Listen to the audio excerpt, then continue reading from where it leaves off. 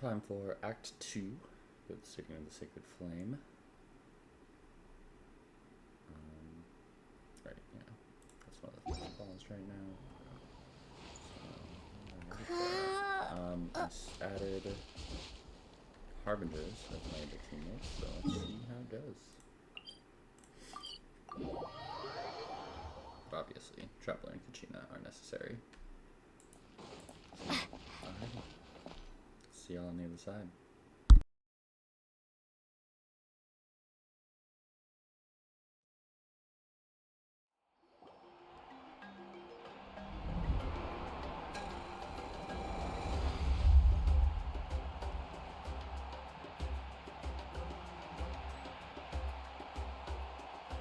Whoa, this place is packed already! Of course. No one's gonna miss out on the chance to welcome our heroes back from battle. It's their moment of glory. Kachina's gonna be so flustered. She's never had this many eyes on her before.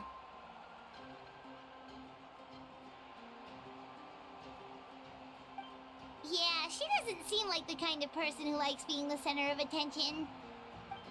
Looks like I'm just in time. Kinich, you're here! Yeah, a commission ran longer than expected, but I made it. I heard about the incident with your tribe, Mualani. Is everyone alright? Yeah, it's all taken care of. Our new friend here's got some tricks up her sleeve, by the way. She's just as strong as Kachina made her out to be. Hey, look! Is it about to start? That's right. Someone will come out and recite a eulogy, and then we'll sing the Ode of Resurrection together. Come on, let's find a spot with a good view. When the singing starts, just follow my lead and you'll be fine. Let's go somewhere higher up so Kachina can spot us.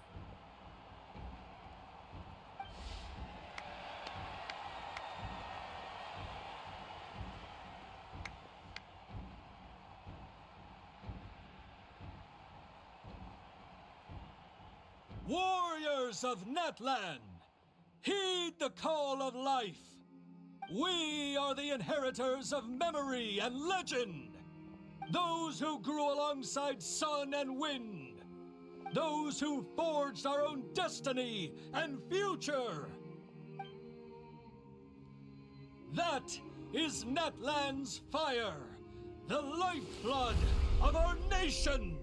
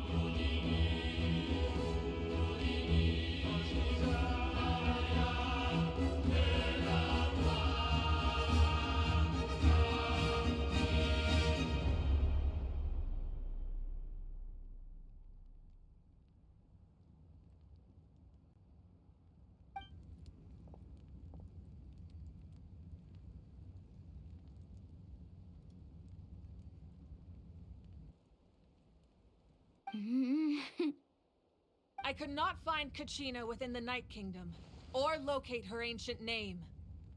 What? What does that even mean?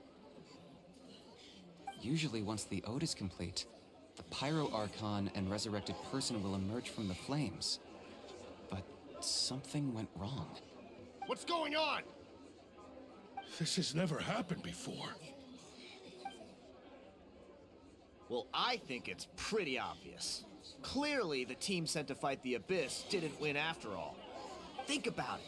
The Ode rekindles all victors. We witnessed it countless times. Since the Archon couldn't find Kachina in the Night Kingdom, that must mean there's more to this victory than meets the eye. Hey! You just haven't gotten over the fact that Kachina beat you in the pilgrimage! Pathetic. The both of you. Your wild guesses are misplaced. We completed our mission. Maybe you did, but who's to say whether that little girl even contributed at all? Maybe she got scared and ran off. Why would the YUB recognize someone like her, even if she was on the winning team? How dare you insult a hero of Natlan like that? Kachina sacrificed herself to repel the Abyss. She doesn't deserve to be subjected to your vile rumors when she's not even here to defend herself. Calm down, Mualani. There's no point arguing with the likes of them. I can't just sit here and let them slander her like that.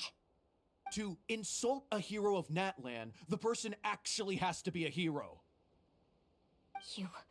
You... Think about it, everyone. Who do you think is really at fault here? A girl who never should have even gone to war? Or the great Pyro Archon? Why would the rules of our nation suddenly stop working? That's true. If she wasn't revived, it must mean she failed to achieve victory. Maybe the YUB interpret victory in different ways? I mean, that girl didn't look all that strong to me.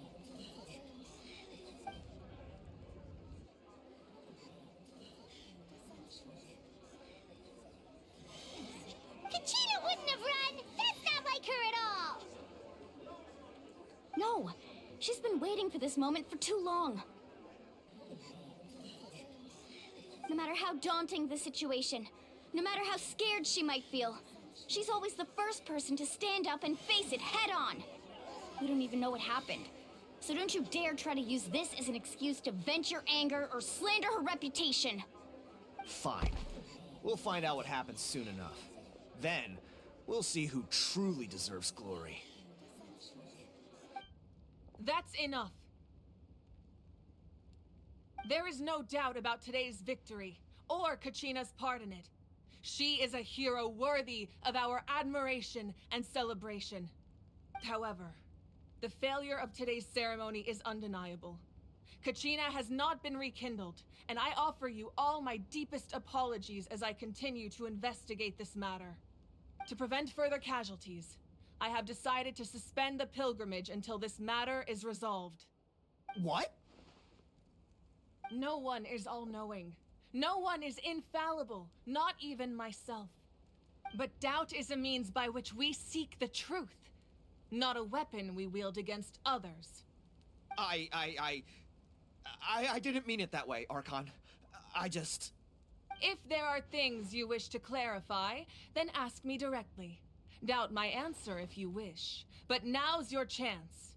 You have concerns? State them. No, of course not. Even though I have said nothing to change your mind, then it would seem the truth never mattered to you at all. That guy doesn't even have the courage to answer the Pyro Archon's question. So much for all that glory talk earlier. I have a question, Archon. My friend Kachina. Do you have any idea where she is? It's extremely important to me. I know you said you were investigating the situation, but I'm sorry, that's not enough. I've already shared everything I know. If you want to learn the truth and rescue your friends sooner, you should join the investigation. So, what do you say? Of course I'll join. In that case, come see me in the speaker's chamber. We should join them. Oh, and if it's not too much trouble, could you drop by as well, Traveler? I'd like to have a chat. Rest assured, everyone, I'll keep the tribal chiefs informed on the progress of the investigation. Once again, I apologize for the outcome of this ceremony. If there are no further questions, let's part for now. Did she just ask us to come along? I believe she did. Let's go. I'd like to know what's going on myself.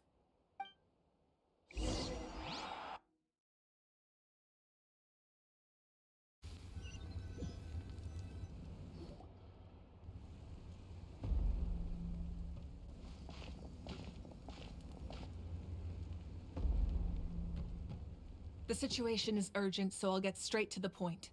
Kachina is undoubtedly a hero of Natlan, and I'm deeply sorry this happened to her. There's been unrest in the Night Kingdom, but I don't know what's causing it.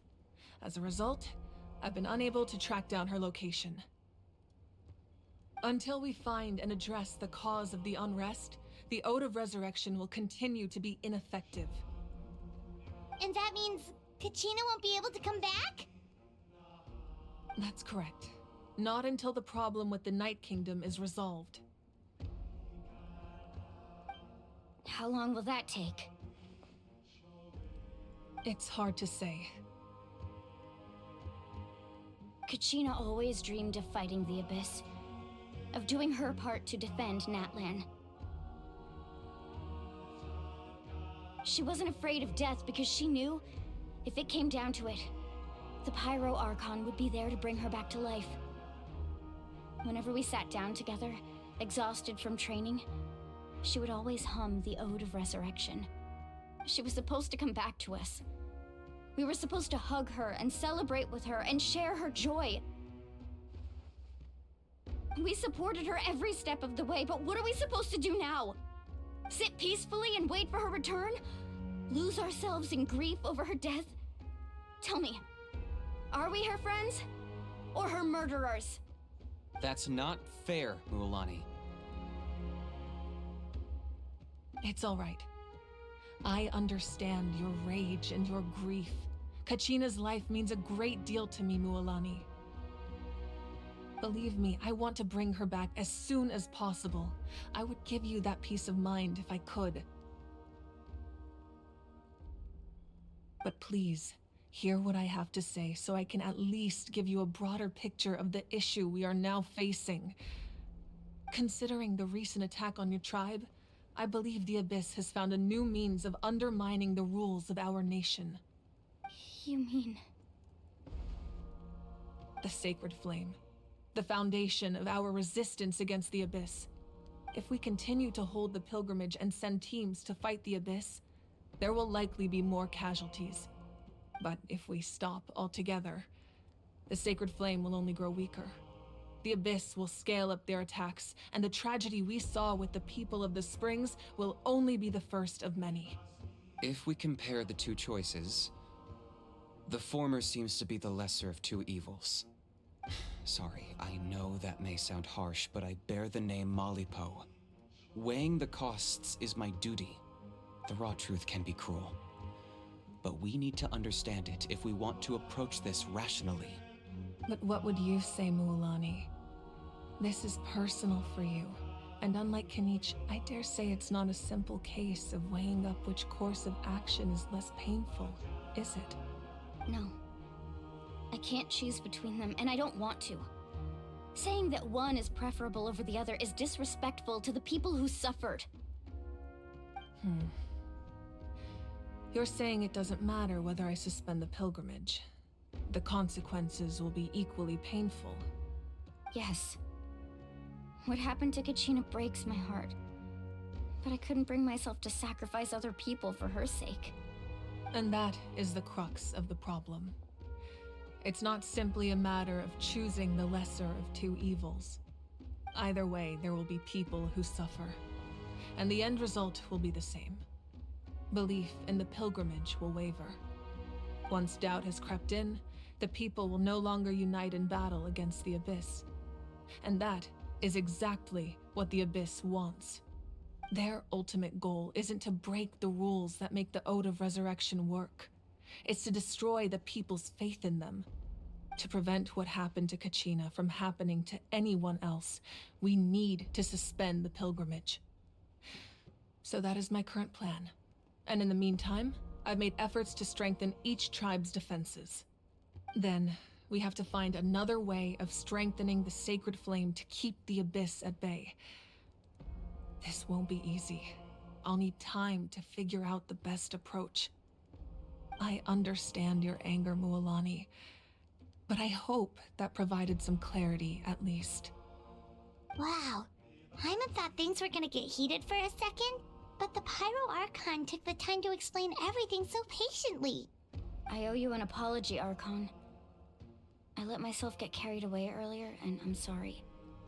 You're right. We need to focus on finding solutions. We could always hold the pilgrimage without sending a team to fight in the Night Warden Wars. That way, we would still be able to fuel the sacred flame. I've considered that, but the two events have nearly always been linked. Without the chance to fight the Abyss, pilgrimage rankings lose their prestige, and competitor numbers will drop. With fewer participants, the amount of contending fire produced will decrease, and the vicious cycle will continue indefinitely. So, essentially, the Abyss is taking Kachina hostage. You've learned about the concept of ley lines during your travels, yes? The Night Kingdom is something similar. Staying there for a short period of time shouldn't have an effect on the person. But with the Abyss in the picture, it's a different story. Your sense of self will be devoured until eventually you become one with the Sea of Souls. Imagine pouring a cup of water into a rushing river. You can try to scoop up another cup, but there's no chance it will be the same water you had before. I won't sugarcoat it. That is the danger Kachina is currently facing.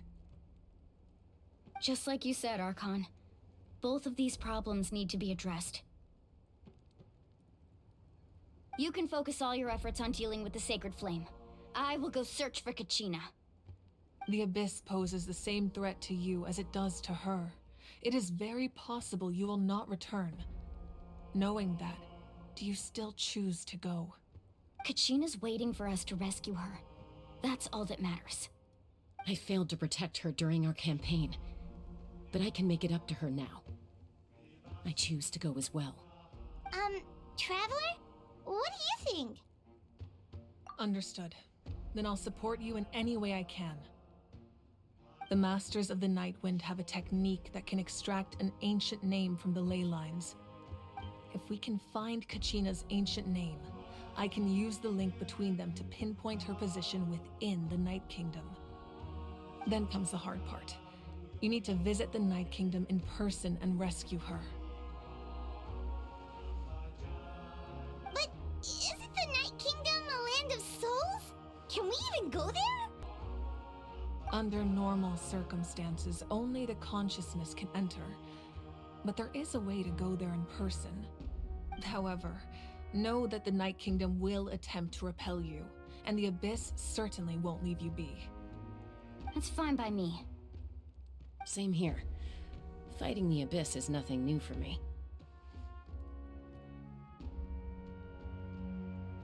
So, Paimon's the only one who's scared? Well, if you're going, Traveler, Paimon's going too. Citlali of the Masters of the Nightwind once created an artifact that can be used to communicate with the Wyab. We call it the Spirit Speaker Stone. It was originally used as a ceremonial artifact wielded by the tribal chiefs, but that spiritual quality also means it can be used to search for an ancient name. That was the artifact I delivered to the Scions of the Canopy a few days ago. Didn't think I'd be hearing about it again so soon. Thank you so much for your help, everyone. Your thanks are unnecessary. I will offer you whatever aid I can, but your fellowship and courage are what will truly decide the success of this operation. Besides, you're the ones helping me. I can only focus on one thing at a time, after all. Traveler, I certainly didn't expect our first conversation to be so serious. I've heard all about your accomplishments. Ever since you arrived, I've been hoping to meet you and offer you Natlan's highest level of hospitality. Why? Why? Is that not what happened in the other nations you visited?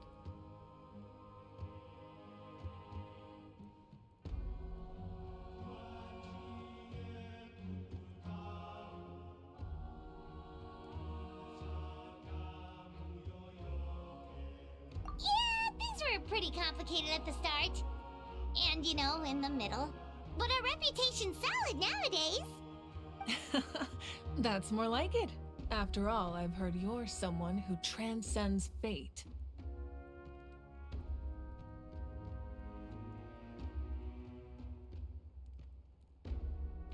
Perhaps even more than you can imagine. But we can talk about that some other time. Ideally, this would be the perfect night for a drink and some musical ambiance. But there are important things to be done. Oh, I almost forgot. Atea was wounded in the fight against the Abyss.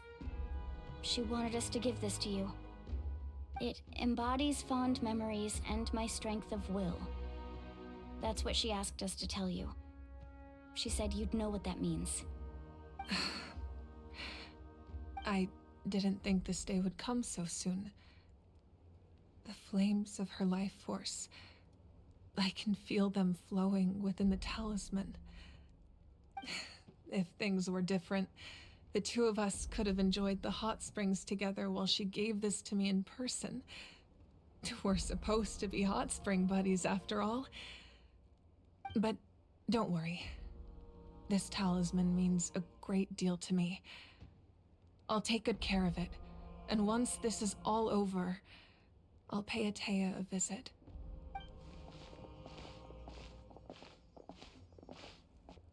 You said you didn't want to jeopardize the production of Contending Fire. But that's not at all why you decided to suspend the pilgrimage, is it? You're right. Even now, the production of Contending Fire is far from sufficient. The gradual corrosion caused by the Abyss has resulted in a massive shortage of pyro energy, and we're currently at the breaking point. As things stand, the pilgrimage is a lost cause. Suspending it allows us to save our strength to defend the tribes. The Abyss has brought catastrophe to Natlan, and Kachina's disappearance in the Night Kingdom is a direct consequence of that. We can't let the general public know that. No. If the public learned that Natlan's destruction was close at hand, there would be immense panic. But if I said nothing at all, they would have continued to question the integrity of Natlan's heroes. Another simple choice. The latter was clearly the better solution. But you chose otherwise. I have never subscribed to the belief that the right choice is the one with the fewest sacrifices. Let's go. There's still a way for the sacred flame to last a little longer. You mean? Yes. Come with me.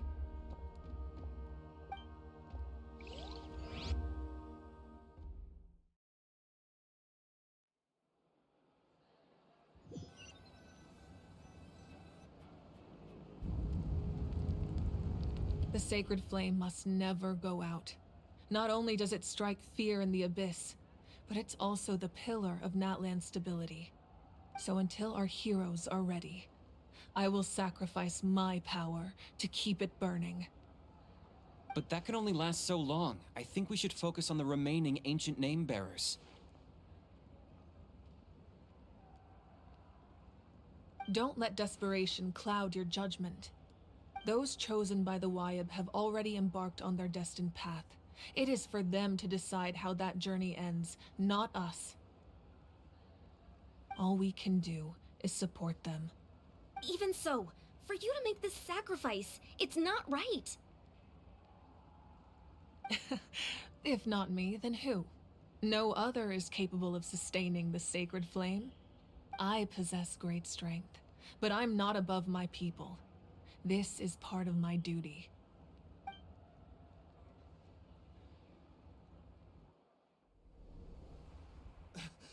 Archon, it's the Fatui!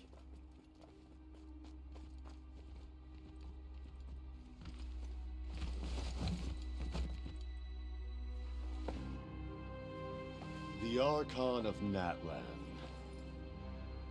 A force to be reckoned with. The secret of the ley lines is no secret to me. Long have they been destined for ruin. And since the oath made 5 centuries ago remains unfulfilled, what use is the Gnosis in your hands? I don't know what you mean. But it sounds like this is about more than the Tsaritsa. In times of crisis, someone must pick up the mantle of salvation. Your plan has reached an impasse, and now it falls to me to create new rules for Natlan. But before the dawn of a new age, the old must be destroyed.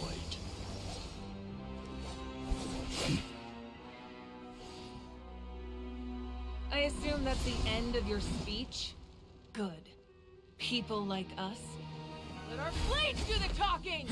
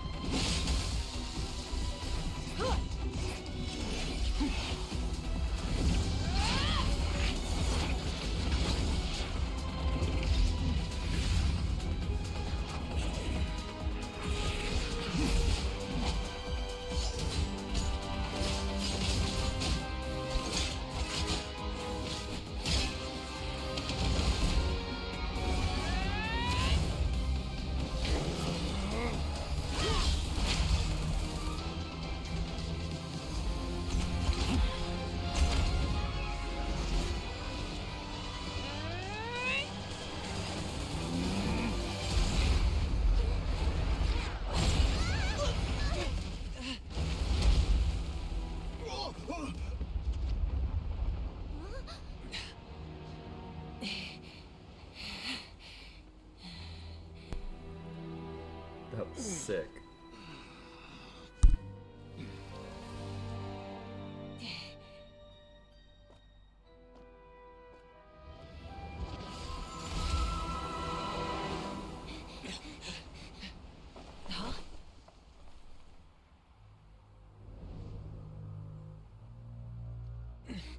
Masters of the Night Wind. Send word. The captain and his followers must be apprehended.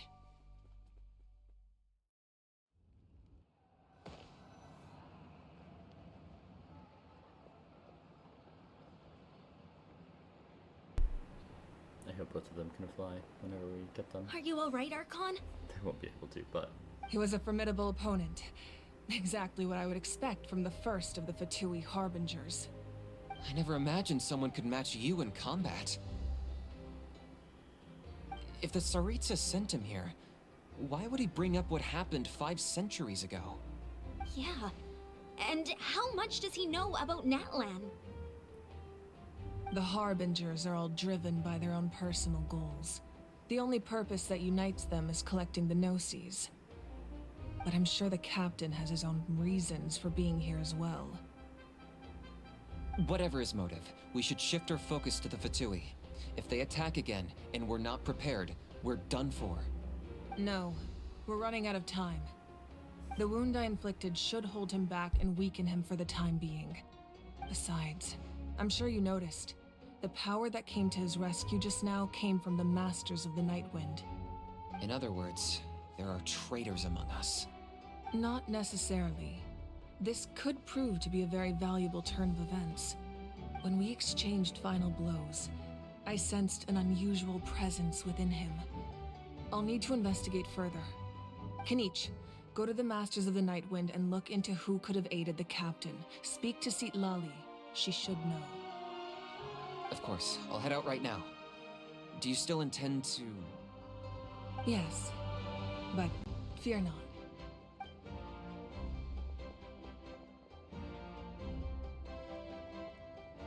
Natlan's strength has never rested solely in its Archon.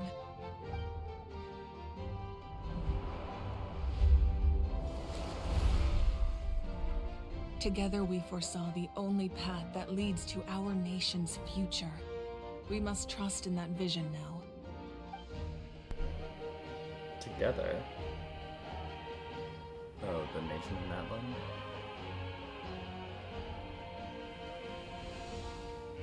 Is everything okay, Archon?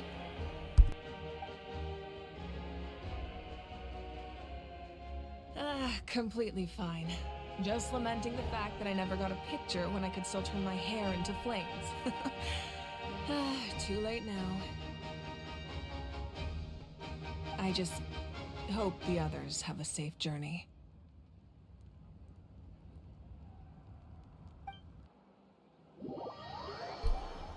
So if she just gave up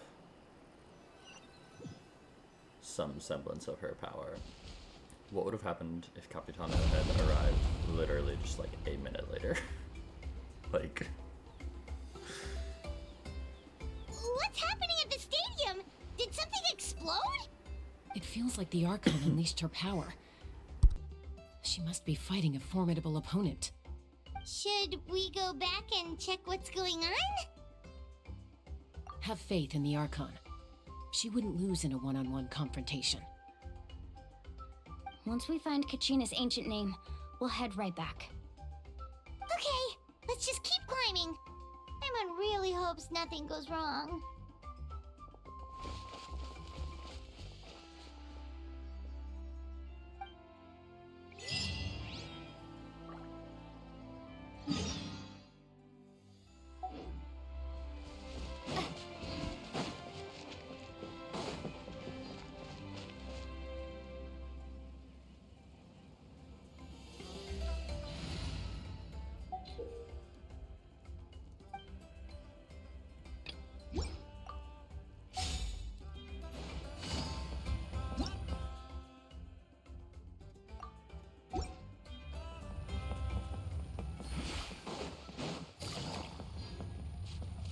What can you tell us about the science of the canopy?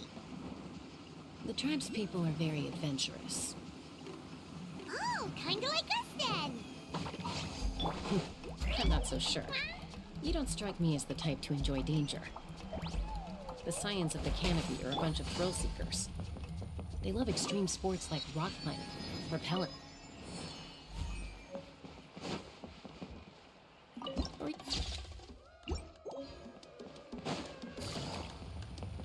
Okay, that does sound different from our usual adventures.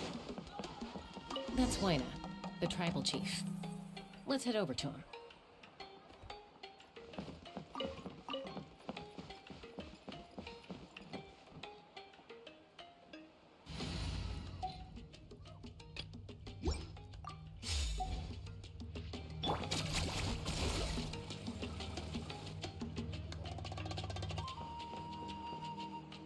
Chaska. Nice to see you again, Huayna. I'm afraid we don't have time for pleasantries, so I'll get right to it. We're here for the Spirit Speaker Stone.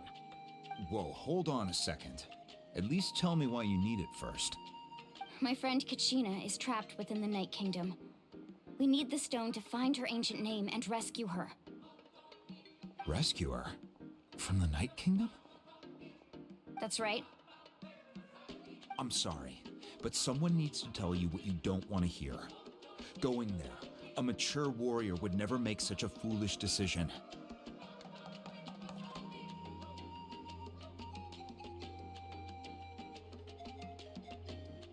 The nature of battle is unpredictable.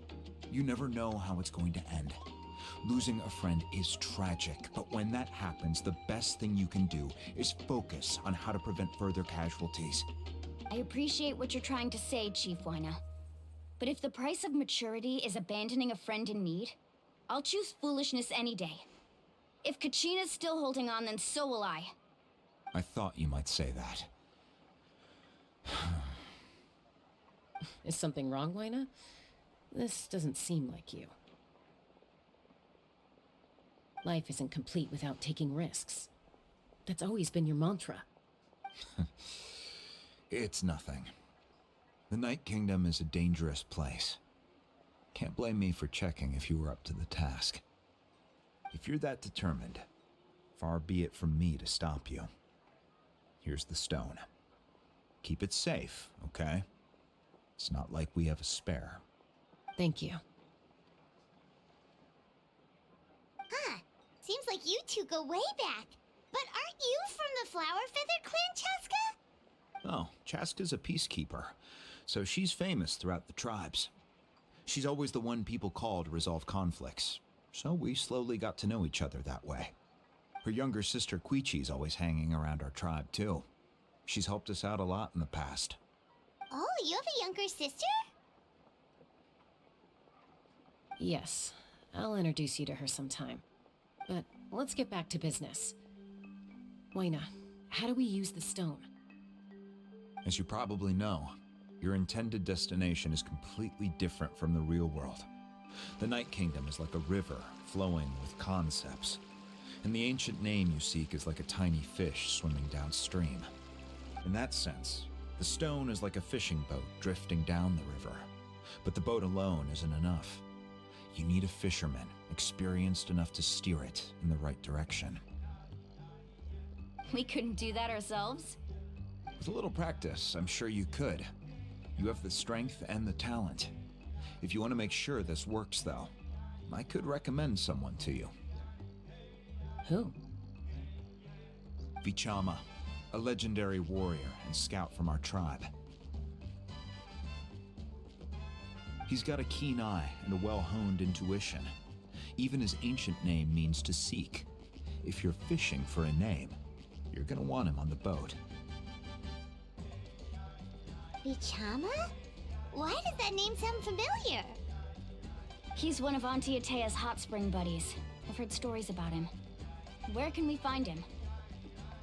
Ever since Malco passed, he spends most of his time gazing out at the scenery from the cliff tops. Follow the path that way, and I'm sure you'll find him. Thank you. We'll go look for him there. Good luck. I hope everything goes well.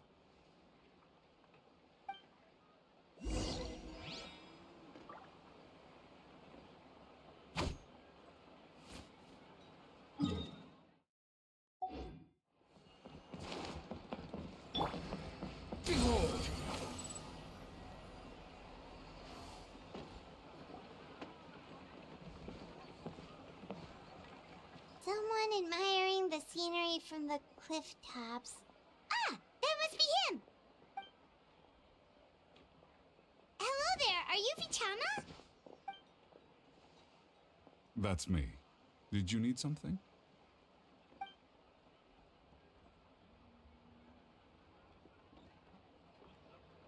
What?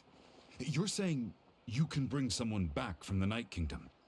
How is that even possible? No, if you really think about it, anything's possible in that kind of place. But that would mean... Are you okay? You don't look so good. Everything's fine. I'll help you, but I do have a small request. After I help you find Kachina's ancient name, I want to use the stone to look for my friends as well. Your friend? Oh, why not mention someone named Malco? Is that who you're talking about? Yes, but I'd rather not get into it if it's all the same to you. That's not a problem. We agree to your request. Yeah. Since you're helping us find Kachina's ancient name, it's only right that we return the favor. Then we're agreed. Can I have a look at the stone?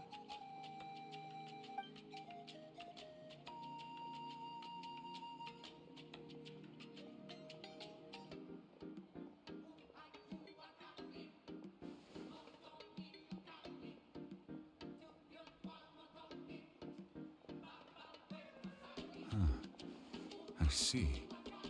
From what I can tell, it functions almost like an abyssal pylon. Both connect the Night Kingdom to the living world. Once the connection is established, the abyss will come surging through the opening like a predator honing in on the scent of blood. So we have to be sure not to use it in a tribal settlement. Wow, you got all that just from looking at it? I just picked up on the basics, really. I still have no idea why it works. You said someone named Lali invented this. They must be a genius. I'll go find an open area and start setting things up.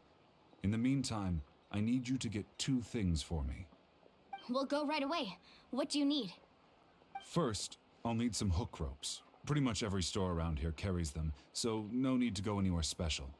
Oh, and I need to build a net out of them, so make sure you get a good amount.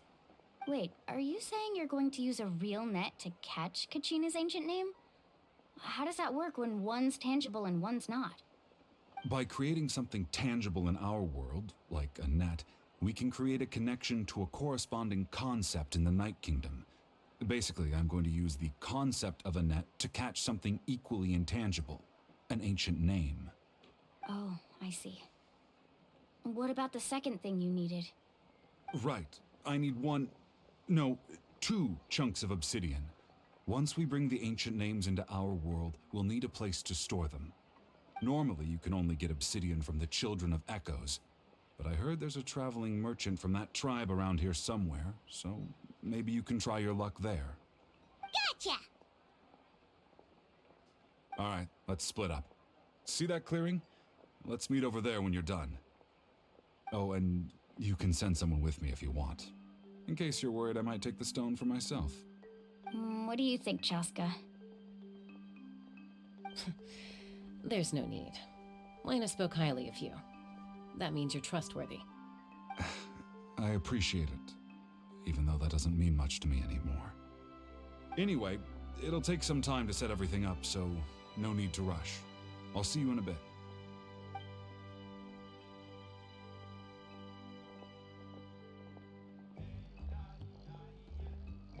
What an odd guy.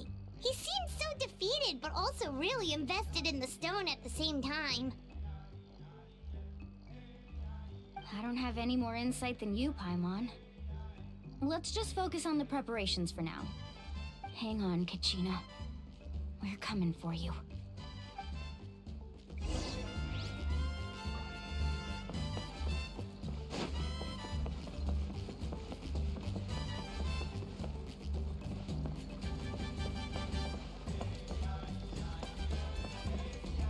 Squall and Fury.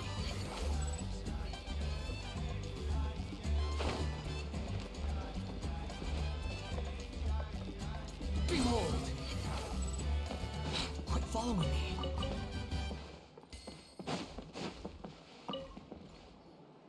Hello. Do you have any hook ropes for sale? Hook ropes? As in rock climbing equipment? Yes. How much for your whole stock? Oh, the whole thing? Let me see. That would be 30,000 mora in total. Deal? Deal. Wait, really? What, you want me to drive down the price? We just need these as fast as possible. Thanks. Oh, no problem at all. I'll even pass along some information on the house. These ropes are usually used by rock climbing enthusiasts. If you want to learn, Roka's the person you want to ask. All right, that's everything. Here you go. Now we need the obsidian. Let's go talk to the traveling merchant Bichama mentioned.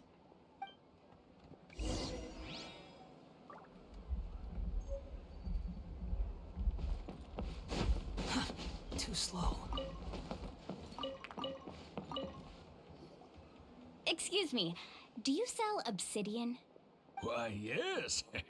I've got a chunk for sale right over there. Perfect. Is that the only one, though? We actually need 2. That might be tough. Tell you what, I'll take a look through these boxes over here and we'll see what we can find. Thank you so much. We'll wait here.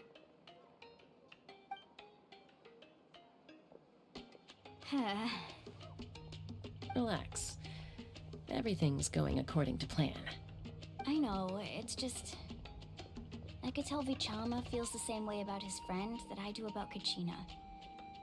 I hope this chunk of obsidian isn't the only one. Kachina always carries all sorts of shiny stones with her. If I was the one trapped in the Night Kingdom, she'd have a whole pile of obsidian ready in a heartbeat.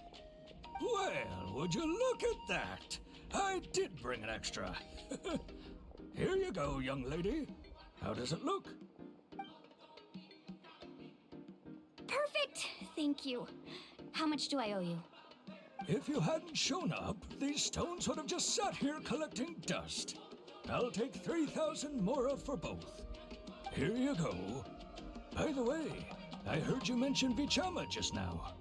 You running an errand for him, then? How's he doing?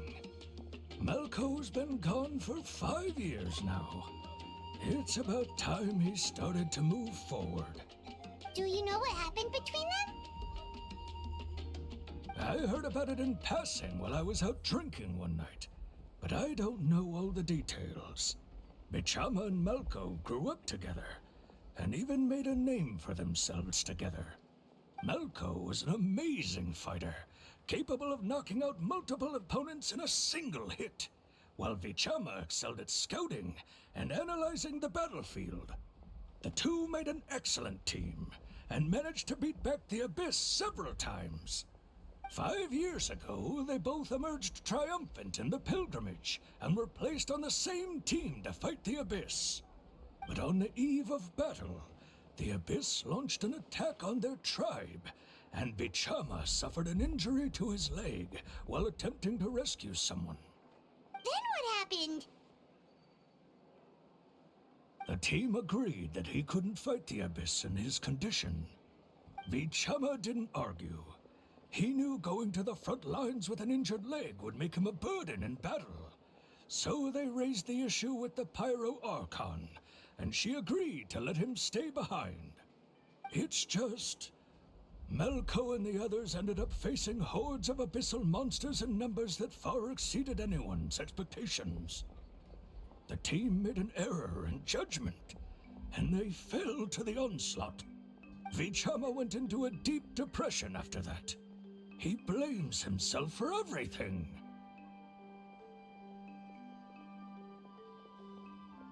Oh, you're not wrong.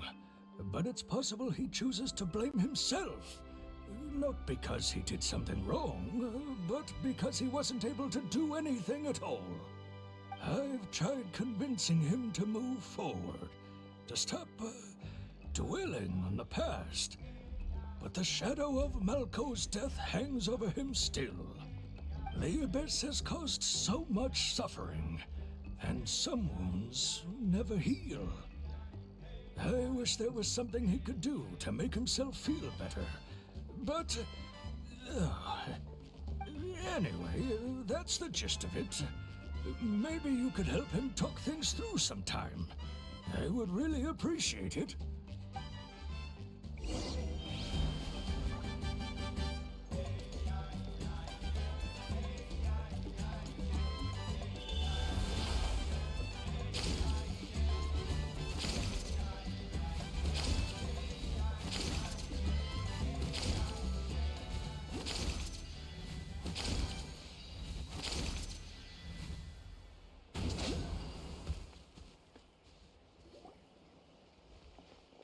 Did you get everything? Yep, it's all here. When do we start? I've made all the necessary adjustments, so we're good to go. As agreed, I'll help you find Kachina's ancient name, and then you return the favor.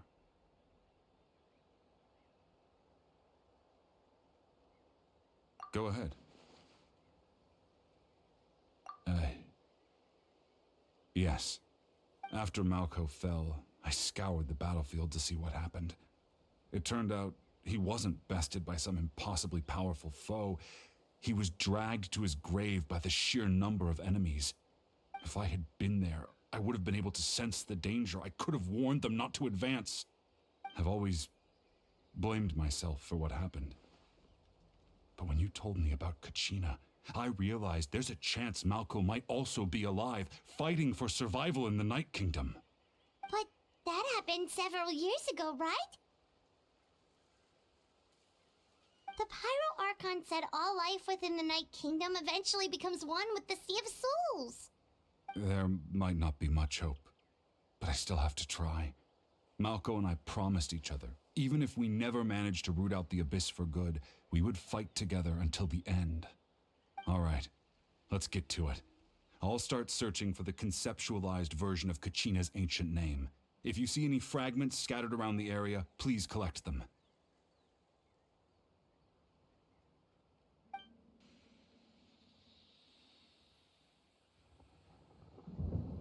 Make sure you prepare yourselves for battle. As I said, the stone will link the mortal realm to the Night Kingdom. The Abyss will likely emerge in response. Look at that golden thing. It must be one of those fragments Vichama mentioned. Let's get closer.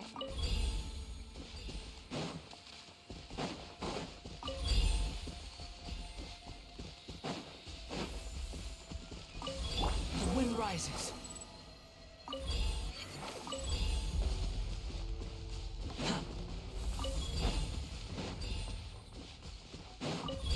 Whoa, monsters incoming! Watch out, everyone!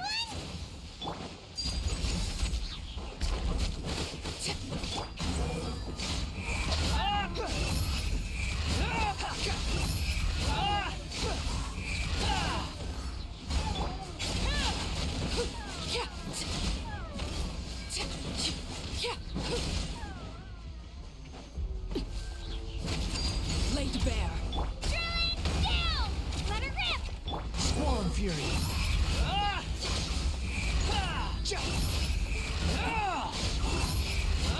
Know your place.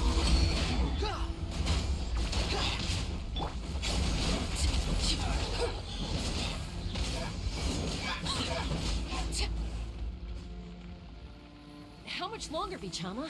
Not long. We're getting close.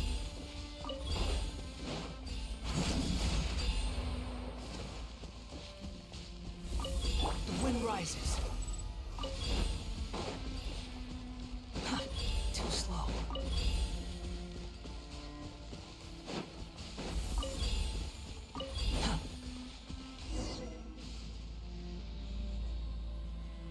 Vichama!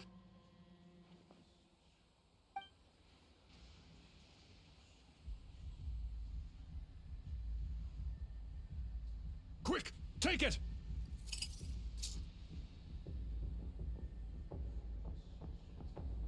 I found Kachina's ancient name. Hang in there, Malco. Just a little longer. Something's not right. The power of the Abyss is getting stronger. The Abyss is corroding his body. Vichama, you can't keep going. You'll die. I should have died 5 years ago. I just need a little more time. Please, I'm almost there. Thank you.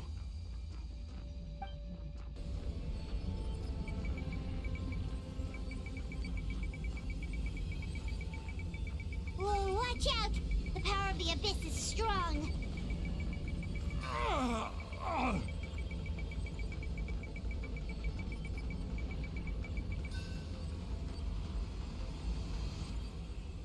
This power. Hanging in there? Malco. No! Why can't I find him? Why? We can't wait any longer. Pull him away from the stone, Mualani. I already tried, but the power of the Abyss has him in a chokehold. It's like he's tied to the stone with an invisible rope. In that case, we have no choice. I'm sorry, Seat Molly. Get back! Chaska, wait!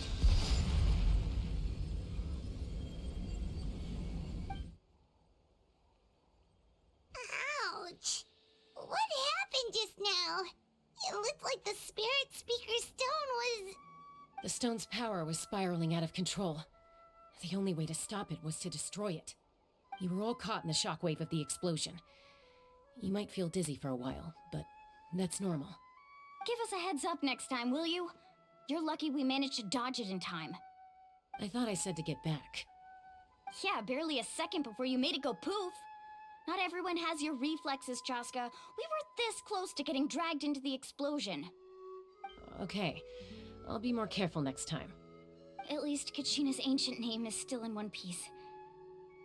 Wait, Where's Vichama? Vichama!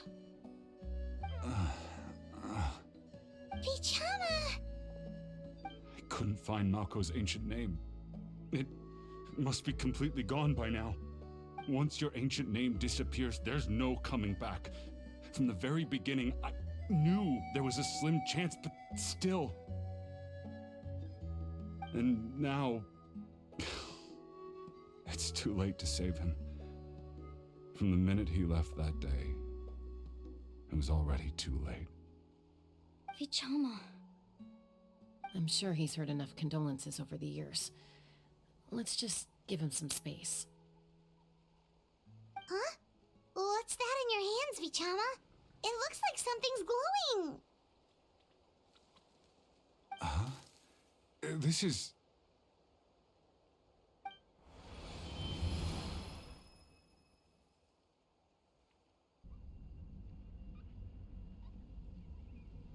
Hey, Malko. Got any strength left? Not enough to swing a sword, but to say a few last words? Sure. Too bad. No one will get to hear them. I never thought I'd actually die on this mission. Not that I'm afraid to die. It's just... hard. Thinking about my mom's face when she hears the news. Guess I have something to be thankful for then. My parents died a long time ago. They won't have to mourn me.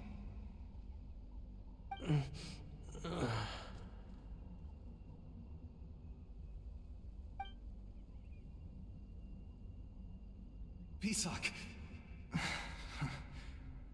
Always had to beat me at everything, didn't you? Right to the end, you were never one for goodbyes. Maybe you're right. Maybe no one will get to hear our last words. But just in case... Vichama, I'm so glad you didn't come with us. Don't be sad. Just keep on living. For the both of us.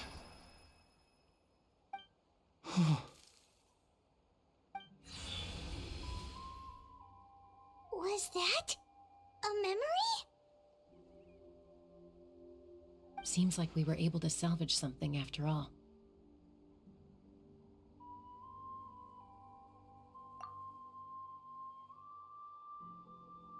Of course. Seeing him, hearing his voice again, it makes me unbelievably happy.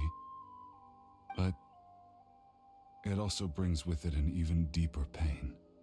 A deeper pain? Why? Malko was always the type to put on a brave face. But in that memory just now, his hands were shaking, and his smile was forced.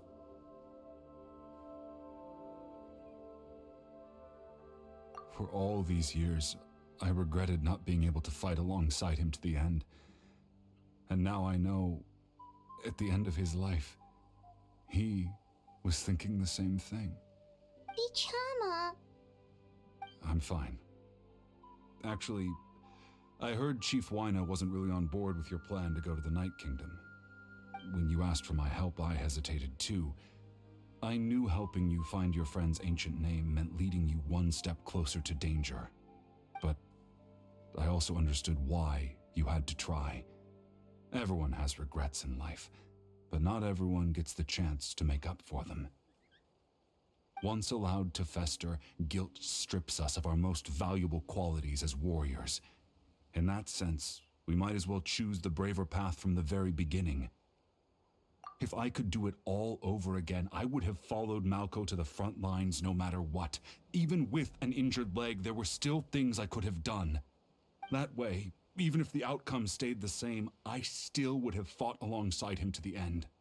There are critical junctures in life, and if you don't seize the chance to act, there's no going back. That's something I had to learn in hindsight, but you're still at the crossroads of your journey, so I hope you can walk away without regrets. Thank you, Vichama. I feel even more determined now. Kachina will come back to us. I'll make sure of it. I promised I would find her, and I intend to keep that promise. That's good to hear. Strange. My body, it's... Once abyssal corrosion enters the body, a portion will fuse itself to your internal organs. Even though the Traveler possesses powers of purification, the corrosion can never be fully eradicated. Thanks to her, though, you are only briefly exposed. Slowing your breathing and controlling your emotion should help you keep the symptoms in check.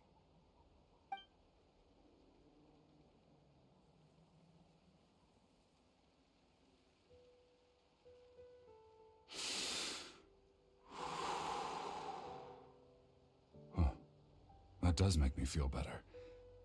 You seem very knowledgeable about all this. Just speaking from experience, that's all. Anyway, we've recovered Kachina's ancient name, so we're off to a great start. Let's get Vichama back to his tribe and tell Wyneth the good news. Oh, and apologize for destroying the Spirit Speaker Stone. We had no choice, though, so he'll probably understand. Right?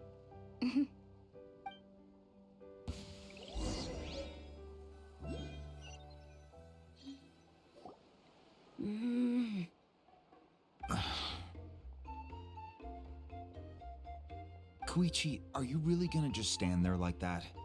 I don't know what you want from me. I think you know exactly what I'm trying to say, Uncle Wyna. I can hear it in your voice. Honestly, it's just one thing after another with you two. They're back. Koichi? What are you doing here? Don't play dumb with your own sister. You know exactly why I'm here. My apologies, everyone. I just need to borrow Chaska for a few minutes. You come with me.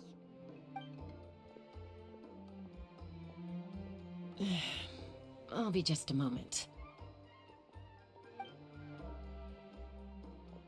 Who is that? Koichi, Chaska's younger sister. Although the two aren't actually related by blood, it's kind of a long story. It's not really my story to tell, but I guess it's not a secret. You see, Chaska was actually raised by cuckoo sores. She was afflicted with a rare disease when she was a child, and abandoned in the wild as a result. The Abyss found her out there, all on her own, and tried to devour her. But in the end, all that did was trigger her will to live. That strength of will pushed her to survive. But it also planted a seed of conflict within her. Eventually, she was adopted by the cuckoo sores. Wherever they went, she followed, getting into fights right and left. For some reason, Paimon can totally imagine that. Well, when Chaska finally returned to human society, it was Koichi's parents who adopted her. At the time, Chaska still had a habit of getting into fights, so Koichi was always taking her around, apologizing to everyone.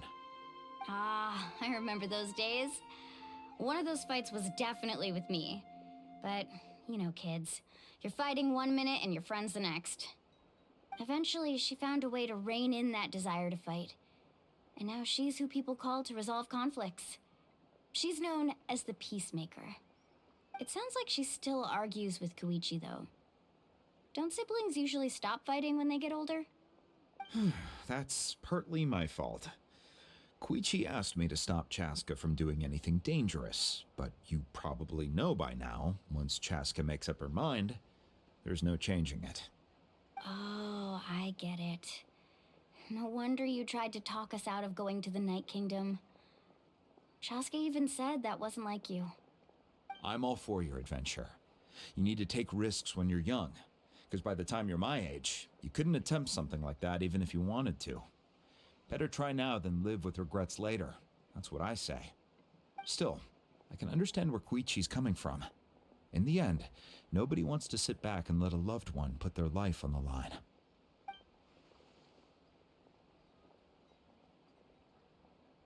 All right, it's just the two of us now. You have 1 minute to explain yourself. I don't have anything to say. You don't have to approve, but you should know I only do what's necessary. That attitude is exactly the problem. It's like you don't care. You try to sneak off to the Night Kingdom behind my back and then play it down as if it's just a trip abroad. Well, technically I am going abroad, right? Again with the excuses! We agreed, didn't we? There are 4 levels of danger. If it's not something urgent, you can only engage in level 2 danger and below. You can only go up to level 3 if a situation is so dire there's absolutely no alternative. But a trip to the Night Kingdom? This is so funny. That's not a level 4, I don't know what is! And you were just going to sneak into the place without saying anything! What do you mean, sneak into the place? I always planned on walking in there with my head held high. You bought off Uncle Wina, didn't you? He promised me he'd stop you from doing anything dangerous. Oh, it's like he didn't even try. You feel like he went back on his word. What if I told you my mind was made up, and there was nothing he could have done? Not even by force. Oh, I knew it! So he did try to say something, but you didn't listen. This is important. If you were in my shoes, you'd make the same decision. You don't know that? I'm a doctor, and I handle logistics. If you're going to waltz into a dangerous situation where you could lose control at any moment, it's my duty to say something. All right, whatever. Anything else? What do you mean, anything else? Why don't you reflect on what you've done and promise me you'll stay put? Time out. Is this one of our normal arguments or a serious one? Chaska, does it sound like I'm joking? Then, you need to know something. What happened to Kachina was partially my fault. I can't leave her there to die. That's not who I am. But the person you become when you lose control, that's also not who you are. That's a different issue. You said it yourself. A person is only as good as their morals. If I want to live in Natlan, I need to display qualities that make me worthy of this nation. I've also told you that managing your condition is equally important. Sometimes you have to make sacrifices. All right, let's stop this here. If we keep going, I might actually have to get serious. And I think Wina prefers his roof attached to his house. Is that a threat? That sounds like a threat to me. Koichi! Younger sisters are supposed to listen to their elders. So, you're really going to go, no matter what I say? I'm supposed to be your sister. Then support me. I'll be back. All you have to do is wait. Chaska. So, that's it. Why'd you have to turn out to be so darn annoying?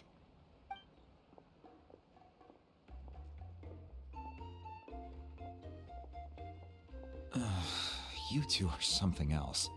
Something you wanted to say? I know you aren't related by blood, but you two sure are similar. Really?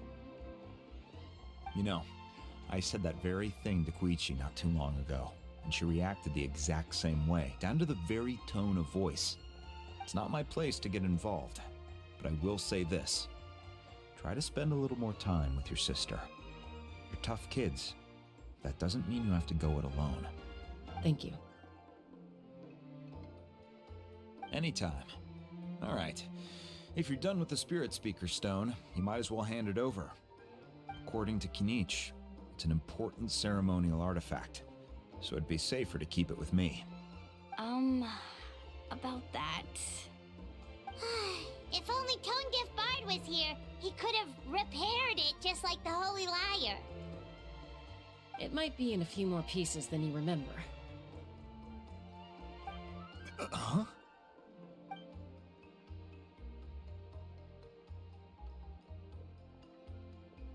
I see. Sounds like it was an urgent situation. If someone's life was on the line, then you had no choice. Still, Citlali's going to be a nightmare to deal with now that you've broken her stuff. I'll explain everything to her later. Stay safe out there in the Night Kingdom, okay? I'll wait here for your safe return.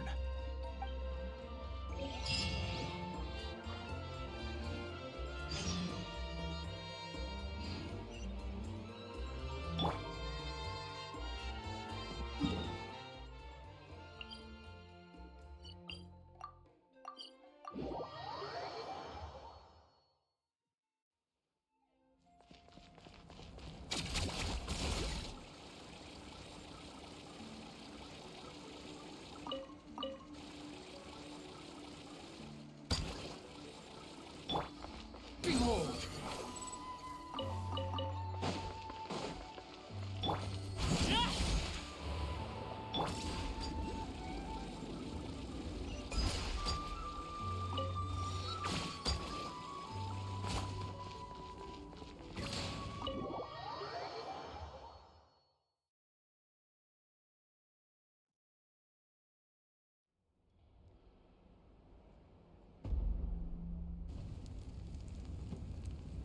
We're back! We found Kachina's ancient name, too!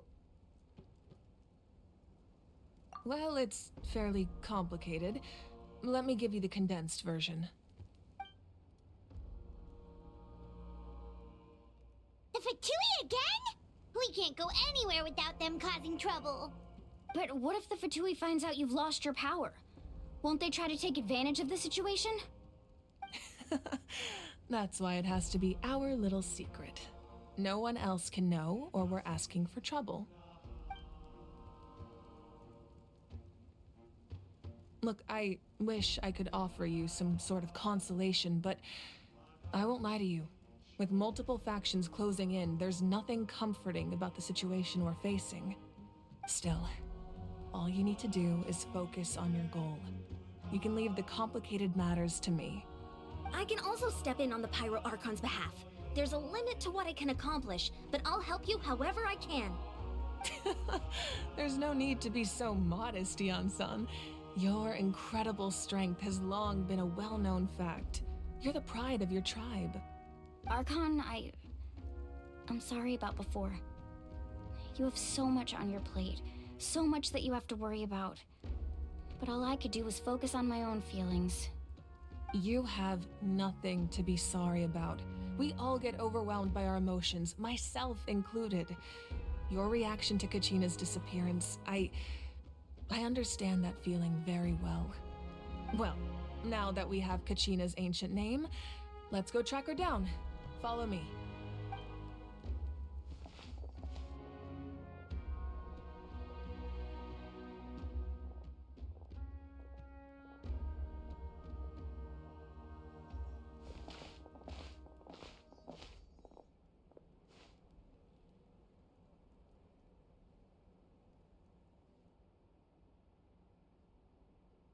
What is this place? Hey, isn't that Atea's talisman? Good eye. This is where I store all the various mementos I've collected. Whoa. I've never seen this place before. There's so many things in here. It looks like there are items from every tribe. Collecting them must have taken a lot of effort. I suppose you could think of it as a hobby of sorts. In Natlan, everyone grows up listening to the stories of heroes, and physical items do a far better job of preserving those stories than our own memory.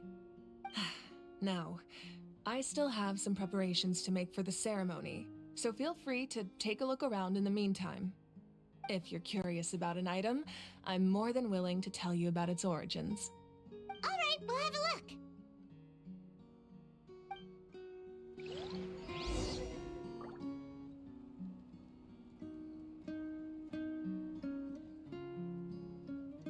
This flower looks like it's thriving.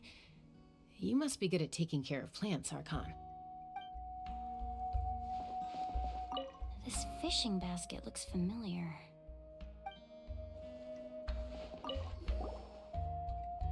Hey, there's a fishing rod here. It must have belonged to the people of the springs. That's right. It belongs to a legendary fisherman named Matavaru. I have his entire set of fishing equipment, actually. He and I met in a tavern. He told me about a particular kind of giant fish and his meticulous plan to catch it. In his eyes, I saw a hunger and a strong fighting spirit. To him, the sea was the battlefield upon which he staked his honor. So, did he do it? The next time I saw him, he was covered in scars.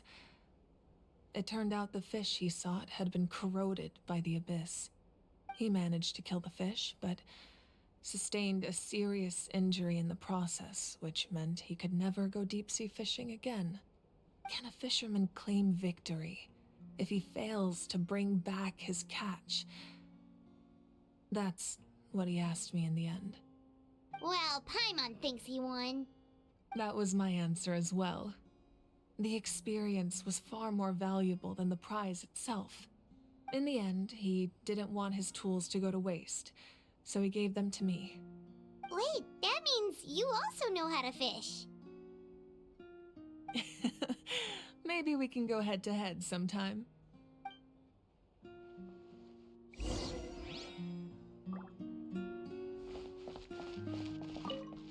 Make sure to handle everything with care. This cup, for example, it's heavier than it looks.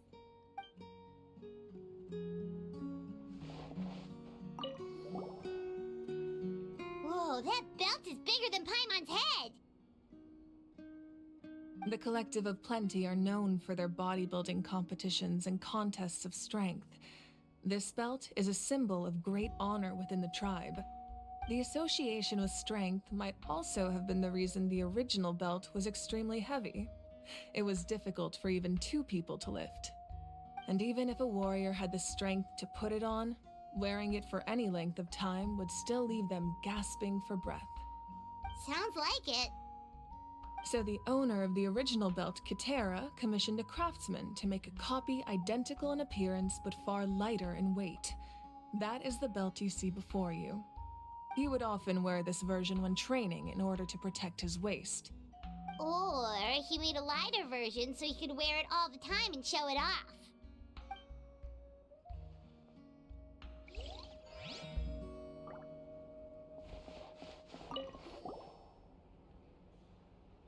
There are so many jars and potions around here. Do they have anything to do with alchemy? No, those belong to the Masters of the Nightwind. They're ceremonial tools used to amplify the ability to communicate with the Night Kingdom and the Wyab. Yamaya is an expert in this field, and she taught me a lot. Even though she appears stoic and serious, she actually has a keen sense of humor. The tools you see here are quite traditional. Her students found them outdated, so she passed them on to me. The contents of the jars aren't all that special. Oh, except the big jar in the middle. That's what you really wanted to give me. Ooh, must be something really cool. What's inside? Grape juice. Huh? It's quite tasty, although probably expired by now.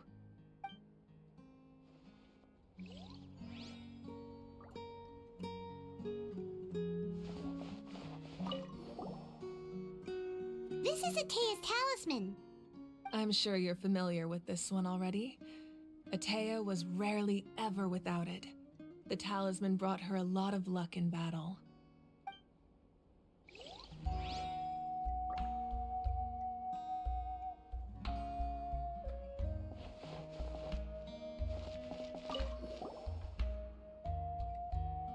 Whoa, this weapon is huge! Which tribe did it belong to? Ah, that weapon belonged to Tenoch, a hero from 500 years ago.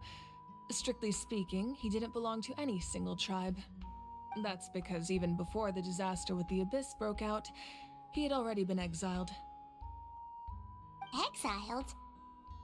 It was a punishment imposed out of necessity, but he accepted it all the same. He believed it was what he deserved. When the Abyss attacked, the tribes found themselves in urgent need of a powerful figure to lead them into the battle, and there was no one more courageous or resolute than him. He united the 6 tribes and accomplished great feats throughout the war. Ultimately, he perished, And because he had already lost his ancient name, the Ode of Resurrection was unable to bring him back. And so, he was laid to rest, alongside the countless warriors and civilians who lost their lives, buried in the soil of his native land. Wow. He sounds like a true hero. Indeed, even now his story is told throughout the land.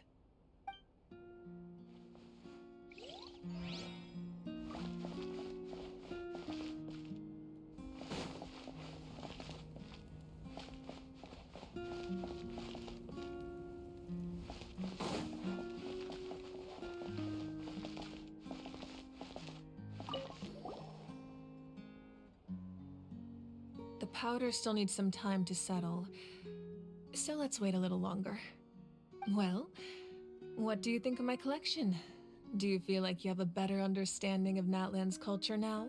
Yeah, if each item represents a different story, seems like Natlan's really been through a lot. Does every item hold a special memory, just like Atea's talisman?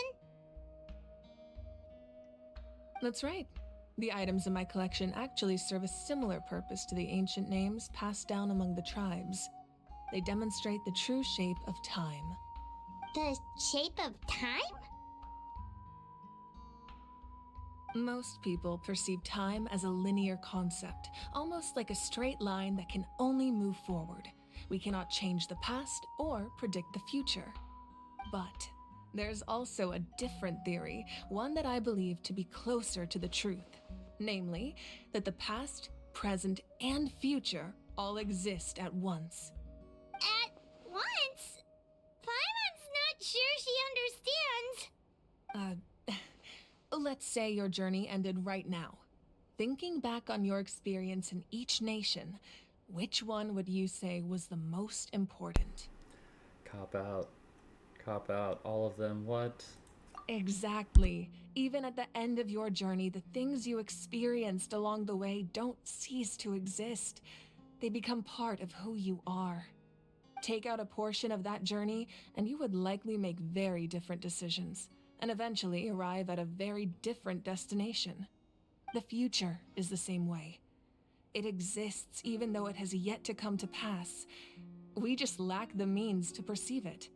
Of course, there are those with the power to foresee the future. They simply call it by a different name. Fate. You're quite familiar with that concept, I would imagine. That does kinda make sense. The future hasn't happened, but already exists. Humanity excels at living in the present, but too often we forget the past and neglect the future.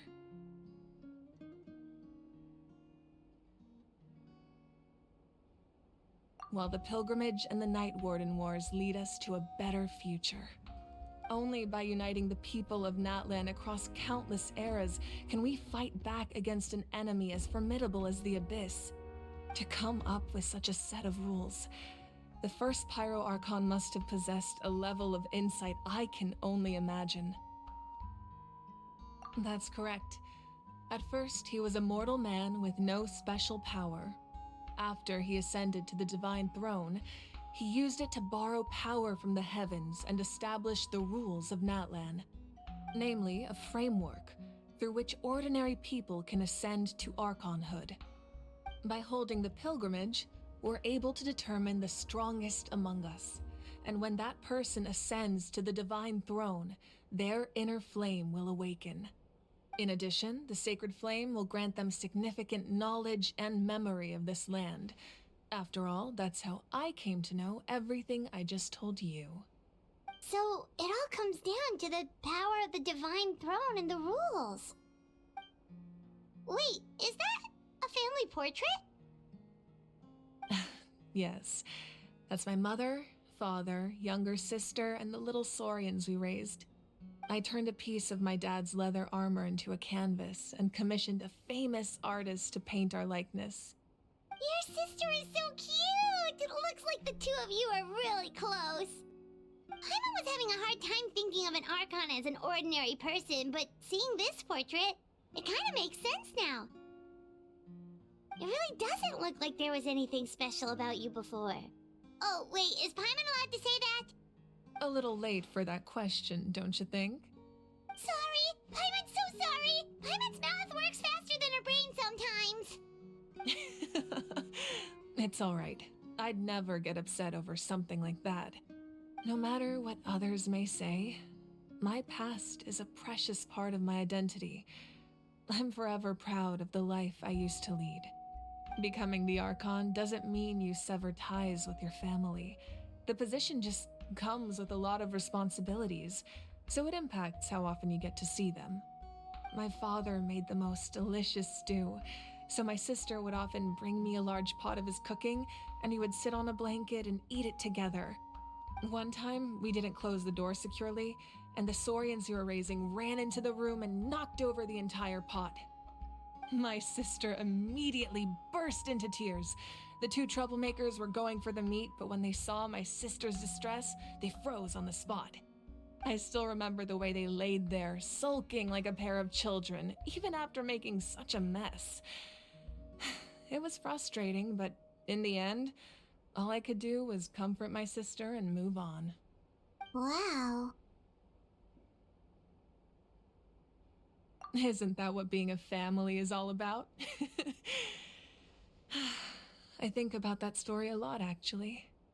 As the Archon, I made a vow to defend this nation, and experiences like that, they remind me exactly what I'm trying to protect. Well, what happened after that? This portrait looks pretty old. Your sister must be all grown up by now, right? I believe she ended up working as an architect and artist. She built many houses and crafted many beautiful works of art. Anyway, that's enough about me. Now that the powder is settled, we can begin. Ian-san, Mulani, Chaska, over here, please. Place the ancient name up there, and then we'll begin.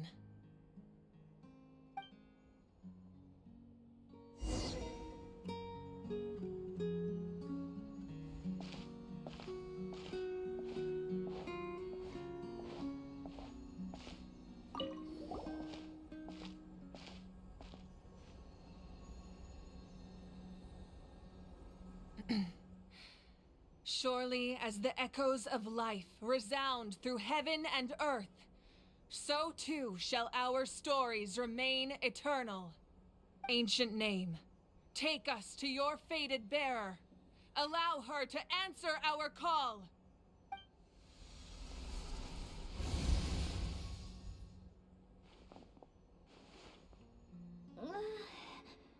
Am I hallucinating again? Kachina, are you okay? Huh? I'm not seeing things, am I? Is the Abyss playing tricks on me again? It's okay, Kachina. It's just us. We're trying to find a way to bring you back. Everyone, you have to listen to me.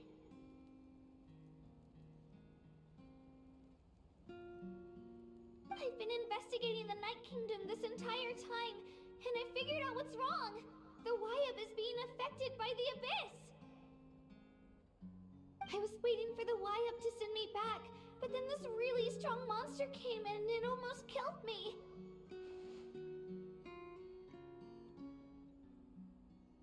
The Wyab saved me, even though its power is weakening, so I've been hiding from the monsters while trying to find a way to help. The Night Kingdom has become a huge mess, though. I keep hearing these awful sounds and seeing really horrible things. Don't listen to those sounds, Kachina. The Abyss is trying to strip you of your sanity.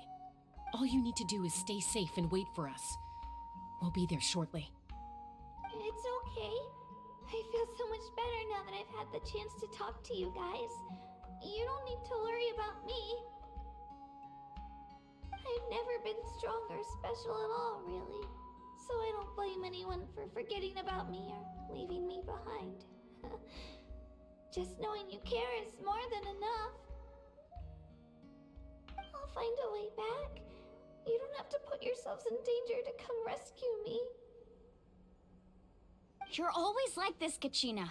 Now's not the time to act tough. We're coming for you, and that's final. I don't know what lies the Abyss has been feeding you, but I'll tell you something right now.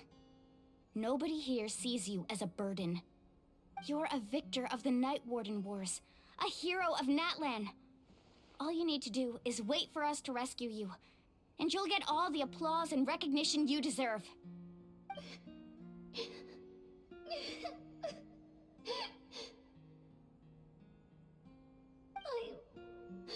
I'm really scared. Everything's so dark and creepy here. And I want to go home. Still, I don't want you to put yourselves in danger because of me. I don't want to hold anyone back ever again. All you need to do is place your trust in us, just like you always have. No one fights alone. We're not leaving you behind. Not ever. Yeah, we're so close, we can't call it quits now! Thank you. Be careful. Looks like we've lost contact. Now comes the most dangerous part. You have to traverse the Night Kingdom in your physical form. This entrance to the Night Kingdom was left behind after an abyssal invasion. Even a brief amount of time inside could expose you to corrosion. I know. I'm prepared for that possibility. All right, then I wish you all the best. I'll tell Koichi to be ready just in case. She's very experienced in dealing with abyssal corruption. That face you just made. Don't tell me you two got into another argument. No, I just feel bad for creating more work for her. I'll go with them too, Archon. The more people, the stronger the party. Thank you so much for your help, everyone. It really means a lot that you're willing to brave these dangers with me. And there's no time to lose, so let's get going. Now that I've lost my power, I won't be able to provide much practical support. But I can still keep an eye on the situation from here. Eon-san, I know it's unlikely, but if you encounter a situation you can't handle... That won't happen.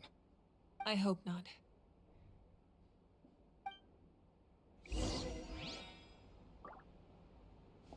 Be careful out there. I'll observe the situation from here.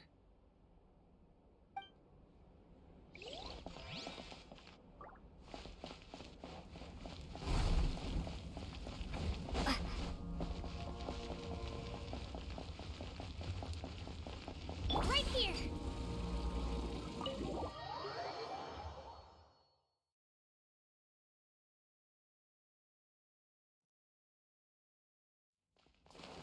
Let's go, Twirly!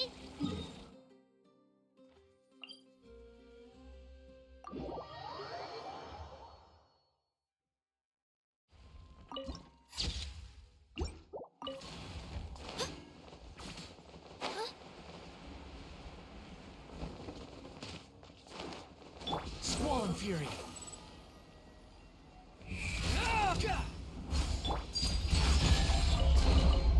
Ah, something with which to commemorate this occasion.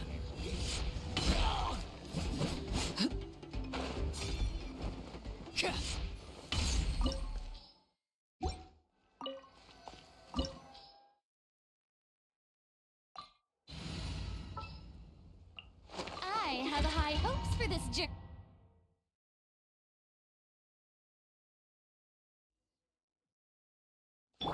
Shower me with praise!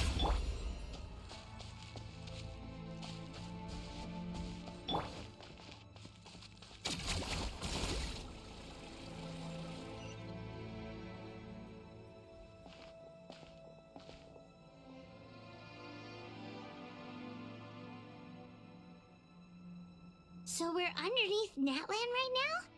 It looks nothing like Paimon was imagining. That's because in the distant past, Natlan was home to an incredibly advanced civilization ruled by dragons. Humans only established their own society after the fall of the dragons. So these are Saurian ruins? Wait, you mean like the elemental sovereigns? They had their own advanced civilization? Yes, a really long time ago. Very few records have survived until now, so no one really knows what the devices here are for. These ruins have been abandoned for a long time, but with the recent increase in Abyss activity, the installations around here have somehow been activated again. So what you're saying is, we're not in for an easy trip to the Night Kingdom. No. It's going to be obstacle after obstacle from here on out.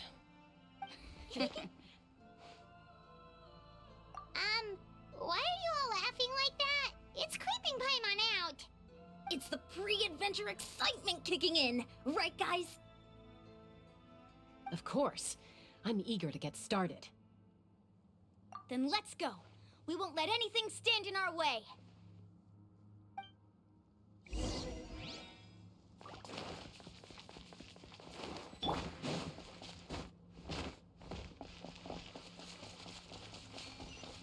Seems like the road ends here. How should we get across?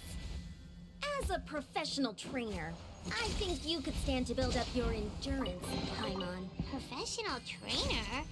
Paimon thought you were a warrior from the Collective of Plenty. Well, that goes without saying. But I actually work as a sports coach. I provide professional guidance for many of Natlan's popular sports. And I don't just mean physical training. I design nutrition plans as well. Those guys look familiar. We've fought them before. Let's go. Show no mercy.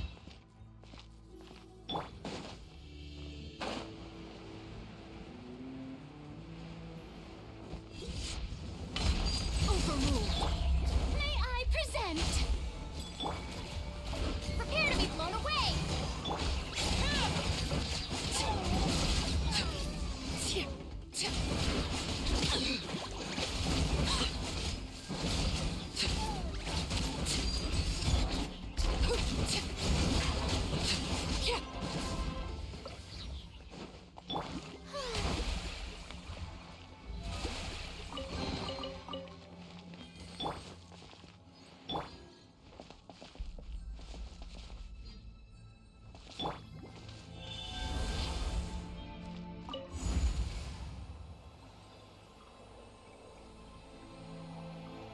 Whoa, the place we need to go seems really high up.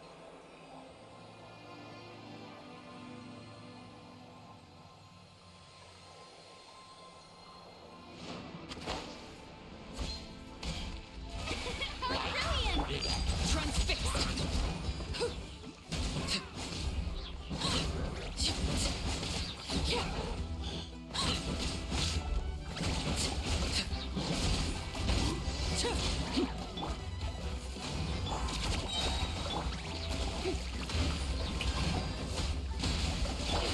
Laid bare.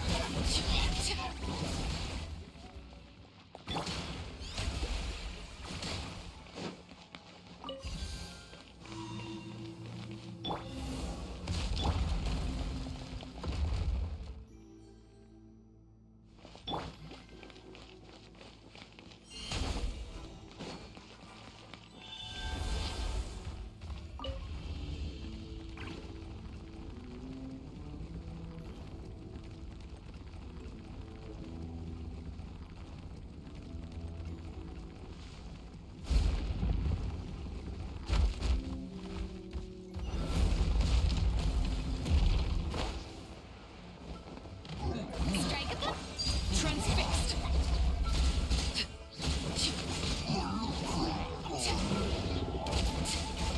Get back! Let my name echo in song!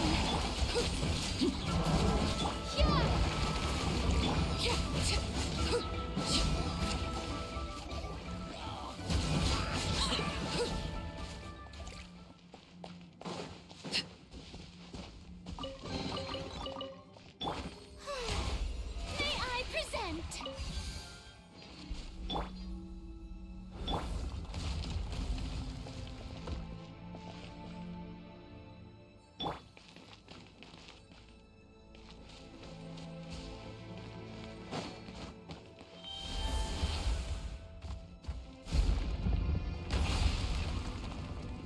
This is the final stretch. We just need to climb up, and we'll be there. Nothing to it. Easy for you to say.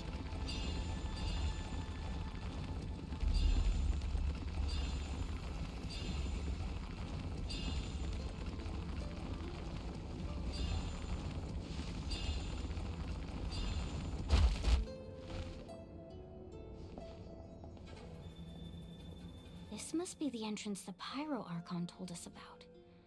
The one ripped open by the Abyss. Yes. There's something in the depths of this place that feels familiar, yet also foreign. We actually have to go in there? Okay, Paimon just needs to psych herself up. Don't push her through before she's ready. Hey!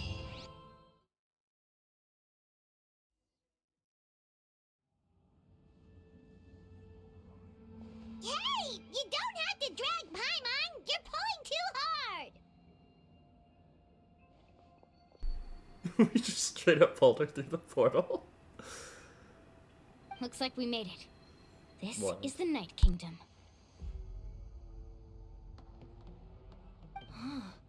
It looks so different from what I imagined in the stories. That overflow of energy is probably what trapped Kachina here in the first place. From this point forward, everything we know about the real world no longer applies. Anything can happen here. Paimon's more worried about how we're gonna make it out. We obviously can't go back the way we came. Do you see that patch of light on the ground? It's shining down from that fissure in the sky. Oh yeah, right in front of us. So that's coming from up there? Oh, it's so high up. Did we really fall that far down? Just like I said, our real-world knowledge doesn't apply here.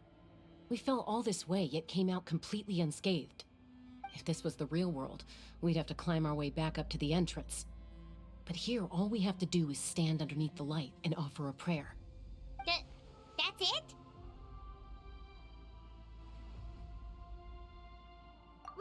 Right. We still got a job to do. So that means all we need to do is find Kachina and bring her to this location. Exactly. This light is streaming in from the real world. It's a link between the two realms. The terrain looks difficult to navigate, and the visibility's not great either.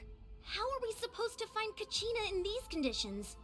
Yeah, these floating black things don't look super friendly either. Those are all manifestations of abyssal power. Be careful. Ghost! A talking ghost! Calm down, I'm here to help. You're the ones who helped Vichama, right? Yes, I'm Vichama's friend, Malco.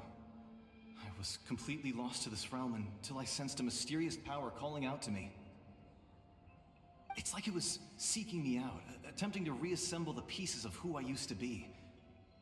Of course, it could only do so much. I'm sorry I can only appear before you in this imperfect form. No, we should be the ones apologizing. If the Spirit Speaker's stone hadn't become corrupted by the Abyss, we could have done much more. But we had to destroy it. Otherwise, Vichama and his tribe would have been in danger. Of course. Thank you for protecting him. I never imagined that, even after all these years, he'd still take such a risk for me. Under the power of the stone, it felt like our souls were connected. Turns out even our regrets were exactly the same. Whether in triumph or death, you want your best friend by your side. Exactly. That may not be in the cards for us, but it's not too late for you. You're looking for a young girl from the Children of Echoes, right? She's being chased by an embodiment of abyssal power. I'd like to help her while I'm still in this form, so follow me. Be careful. This place has been severely corroded by the Abyss. Paimon didn't realize it had gotten this bad. It's like a seething volcano ready to engulf our world at any moment. Ouch! Quick, get back! Stick close to me. My power will be able to ward off attacks for the time being.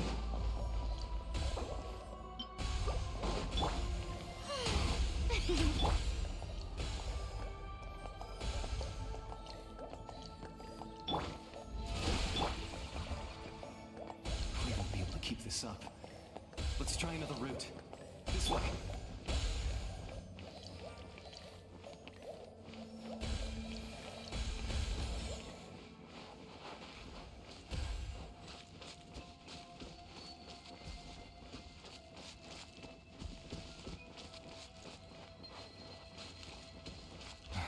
good.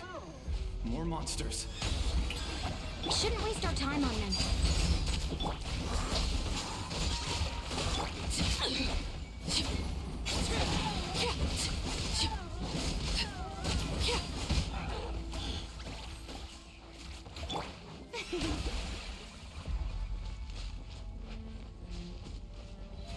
How brilliant!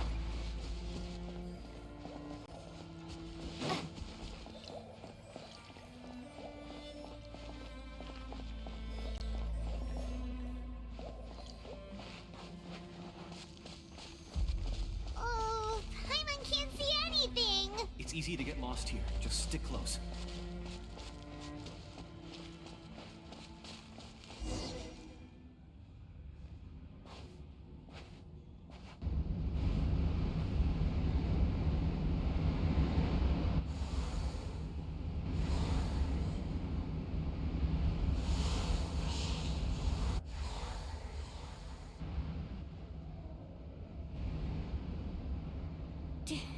Did you hear that?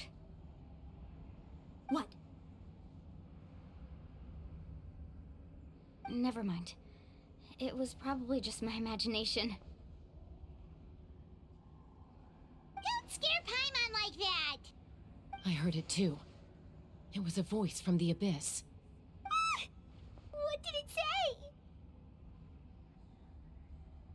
say? Doesn't matter. It certainly doesn't harbor good intentions.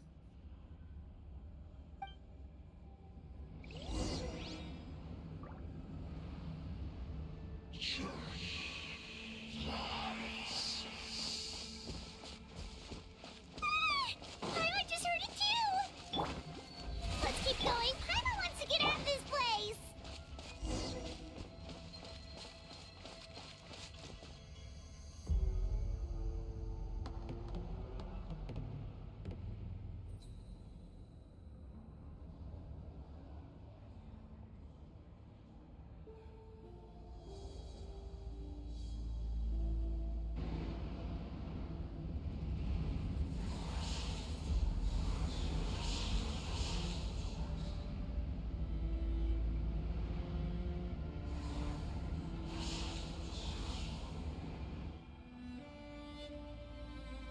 We're here, Kachina!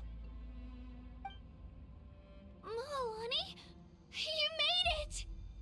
Looks like our reunion will have to wait until we take care of these monsters. Good idea. Let's go!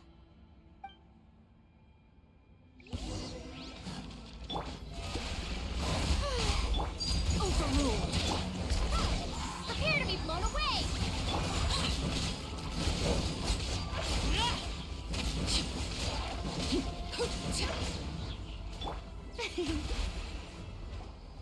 You're here. You're finally here. Thank you so much. That monster can appear from anywhere. It almost caught me a bunch of times. The YF's power helped keep me hidden, so I just tried to stay out of sight until you got here. Atta girl. You did so well. And most importantly, you weren't hurt. Should we start heading back then? Actually, I have a request. Will you come visit the YF with me? I can't exactly put it into words, but something's wrong with the Ode of Resurrection. And I know it has something to do with the contamination from the Abyss. That was the Pyro Archon's theory as well. Everything we've seen here certainly seems to back it up.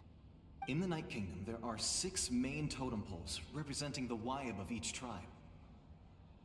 You can think of them like the body of each Wyab. Additional totem poles, like the ones around here, serve as proxies to which the Wyab can extend their consciousness. There are countless proxies scattered around the Night Kingdom. Through them, the Wyab can extend their consciousness over the entire realm and track down souls no matter where they roam. But if a proxy were to become severely contaminated, then a soul could become lost within the Night Kingdom. Judging by the current situation, I don't think we're dealing with just one contaminated proxy. Even if we could drive back the abyssal power from one of them, that probably wouldn't even put a dent in the problem. Still, we can't just leave the YF to suffer. It's protected me this whole time.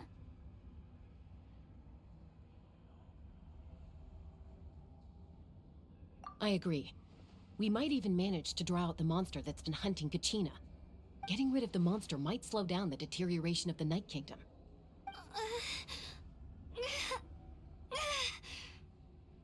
Kachina? What's wrong? Nothing. Just a headache. And that voice again, telling me to abandon the Wyab and leave this place. Maybe we really should leave. Kachina's already been here for too long. No, I'm fine. I don't plan on listening to that nonsense. I can hold on. Just up ahead. I'll lead the way. Besides, I can still fight, so please, help me out a little longer. Listen to me, Kachina. We'll come with you, but that's because we want to help the Wyab, not because we have something to prove. You don't have anything to prove either. It's okay if you reach your limit. We'll be there for you. All right. The sooner we get this done, the better. We've already come all this way, so we might as well try to get to the bottom of this. Let's go. This way. I'll stay here and try to stall the Abyss monster. All by yourself? That's too dangerous. It's all right. I may not be as strong as that monster, but I'm definitely more familiar with the area. Besides, I don't have much time left. If you're anything like my friend, I'm sure you're not particularly fond of goodbyes. So go. Achieve your goal, and return to the world where you belong. Thank you for everything. You're a true hero. Thank you. No one fights alone.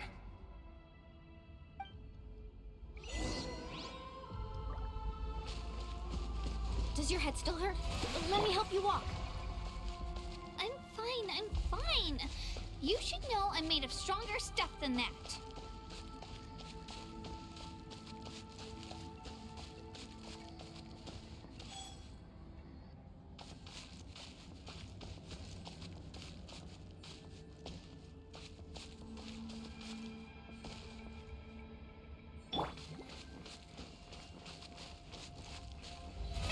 How brilliant!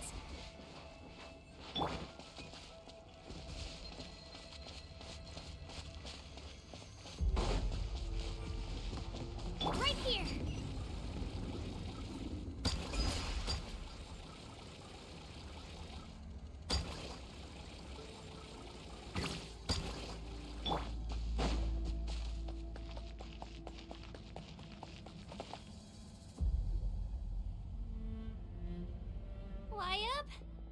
Wyab! I'm back! My friends and I are here to heal you. Wyab, can you hear me? Wyab?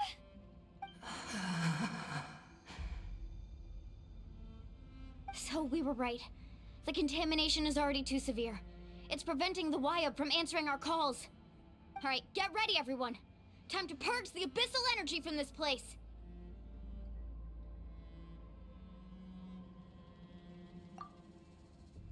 Careful. We've got company. Already? You really think that puny soul could slow me down? Courage in the face of futility is pure folly. He tried to get in my way, so I disposed of him. You killed Malco? He would have dispersed with or without me. Rather than worrying about him, I would urge you to focus on yourself. You may have defeated others of my kind in the past, but underestimate me now, and it will be to your peril.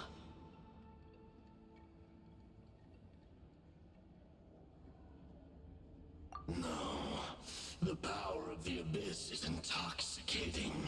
The destruction it seeks captivates like a masterful work of art. I strive only for the opportunity to see it up close. I thought this naive little girl was an exception, but it turns out humanity is full of lambs willing to offer themselves up to the slaughter. That is the tragedy of your short lives. You understand nothing of all-encompassing power. Ancient names, pride, friendship, all empty ideas invented to give you a false sense of self-worth. They possess no power at all. The Pyro Archon created those grandiose ideals out of pure selfishness. Anything to avoid sharing power. Anything to avoid handing over the primordial gift to ordinary people like you. Don't believe me? Then ask yourself, why is the Pyro Archon strong beyond measure, while you, Kachina, remain so pathetically weak?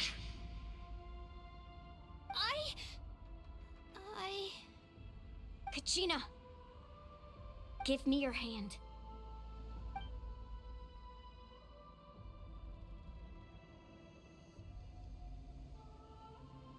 Feel that? I'm right here next to you. Thanks, Moalani. You're right. I have nothing to fear. Because I'm not alone anymore. You're right. Maybe comforting ideals don't have any power. But you also couldn't be more wrong. You've never had to work for your own strength, so you will never understand the true source of our power. What? The courage we have to stand before you and not back down?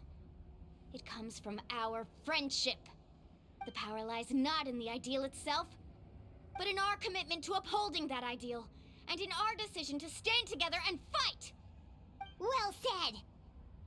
Let's go, Kachina. It shouldn't take more than 2 of us to handle an enemy like this. Sorry in advance, but you deserve what's coming to you! There aren't many in Natlan who can beat us when we're together. It's time he got a taste of that kind of power. From the ashes to the flames of Down! Woohoo! Catching as it flames! Oh, chill up! Here goes! Amazing!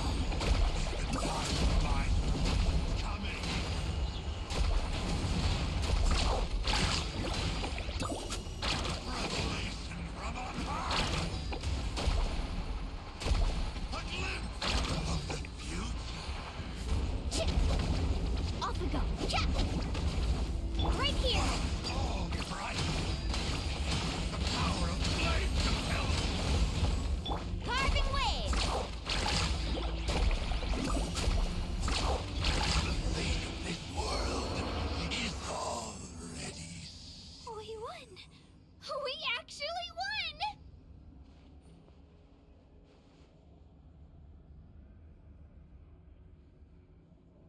That's what he gets for underestimating you two. Fantastic work, Kachina! Absolutely fantastic! This makes me so unbelievably happy. I'm happy too, Moalani. Together we really are unstoppable!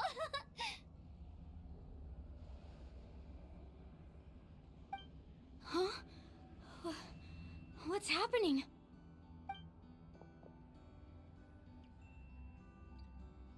My ancient name is glowing? But I thought I didn't bring it with me. It's probably a projection from the real world, but that doesn't explain why it's glowing all of a sudden. Wait, does that mean you're...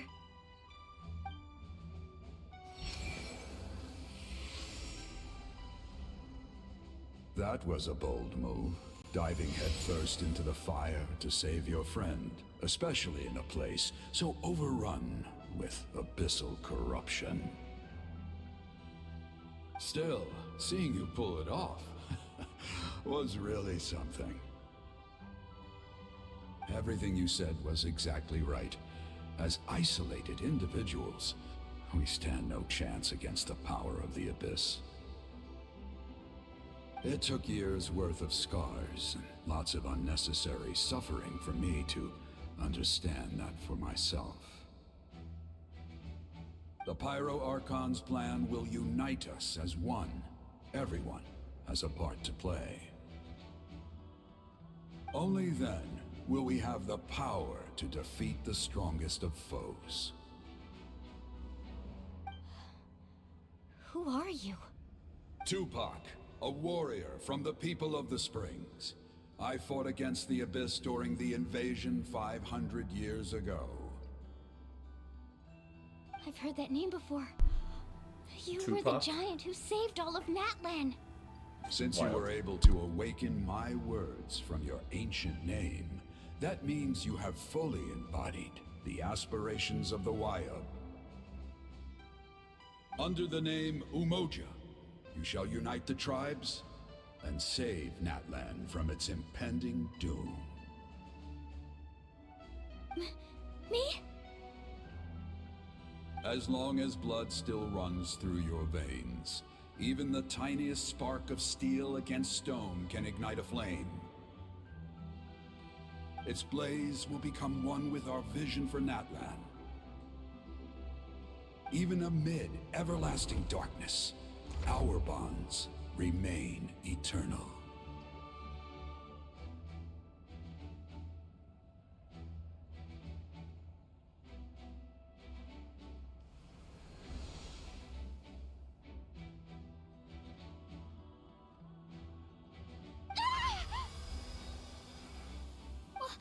What's wrong, Malani?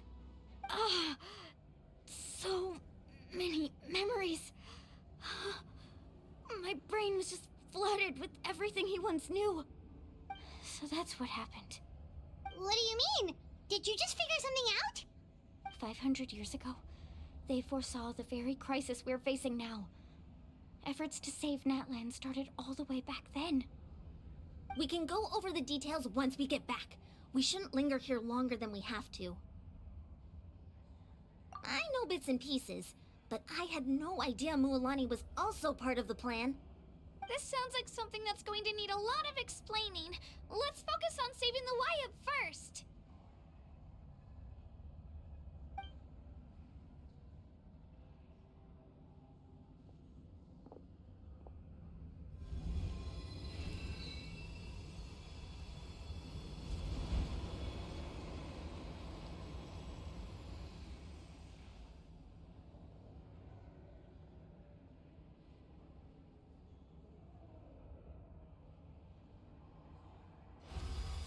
So they all appear to be sending energy in, and we were pulling energy out. Wayub?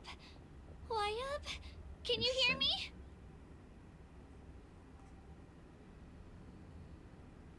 I hear your voice, Kachina, my dear child. Great. Well then, I'm afraid it's time to say goodbye. I just wanted to make sure you were okay before we leave, but we can't afford to stay here any longer.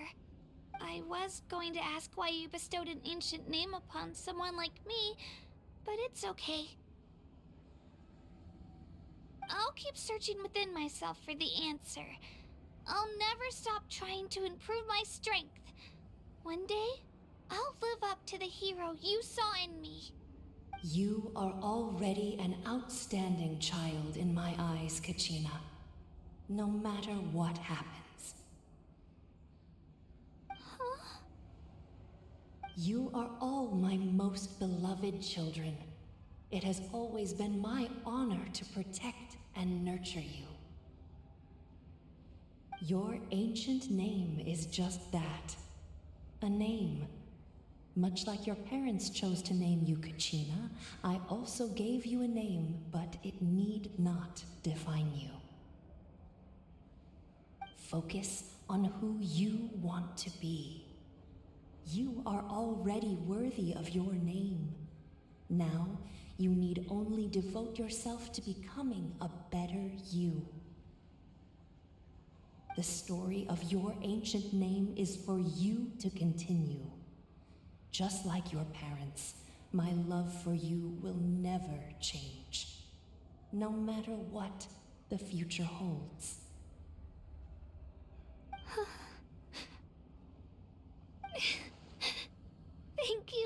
Wyabb! It gladdens me to see the Pyro Archon's plan move another step towards completion. But it is time for you to leave this place. The situation here is getting worse. Go now, my children. Save Natlan on behalf of all you hold dear. I know we've never met before, Wyabb, but I just wanted to say thank you for encouraging Kachina. It was exactly what she needed to hear. Whoa! What's going on? An earthquake? We're out of time. It's the power of the Abyss. Quick, we need to run!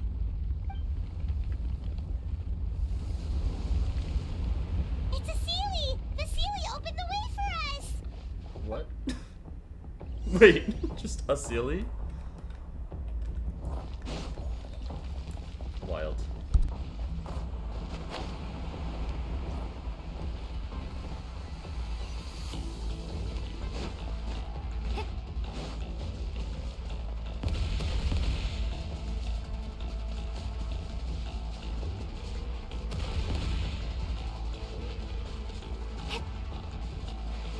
The opening in the sky! It's closing! We need to hurry, or we'll be stuck here!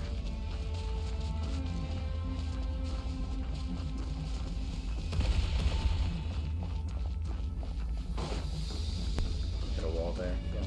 Go that way. Tragic. Watch out for the falling rocks! Quick, through the middle!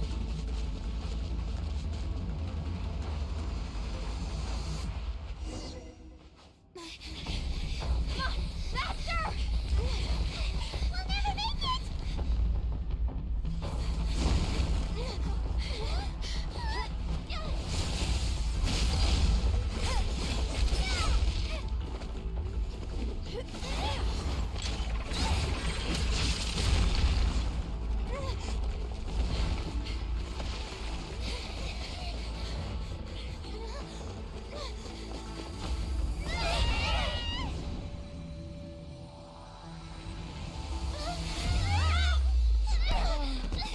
Get wrecked.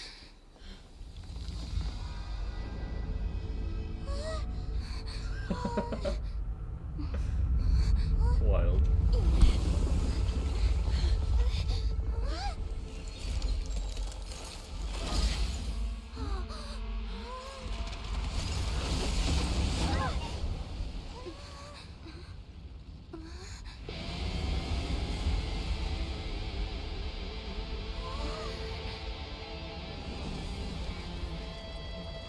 You've done well. Now come home.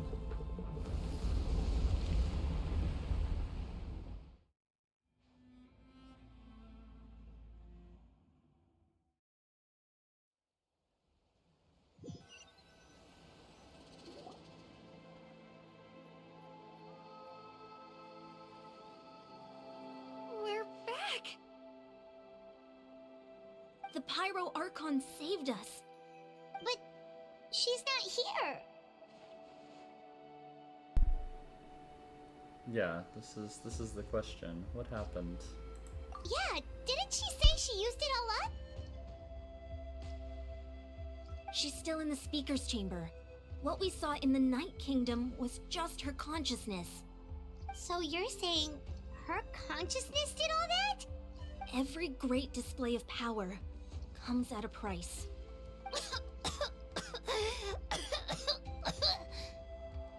You must feel terrible, Kachina. Just hold on.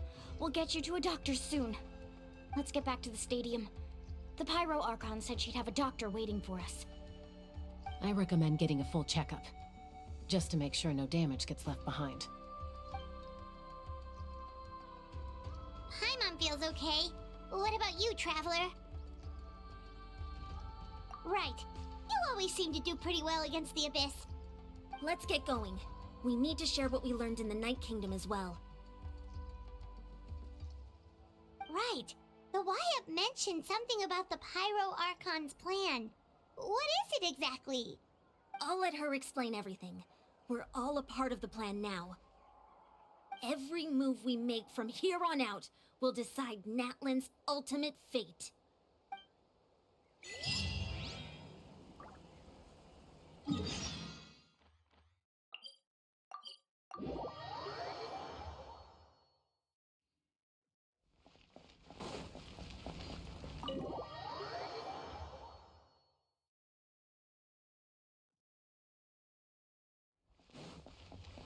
Right here!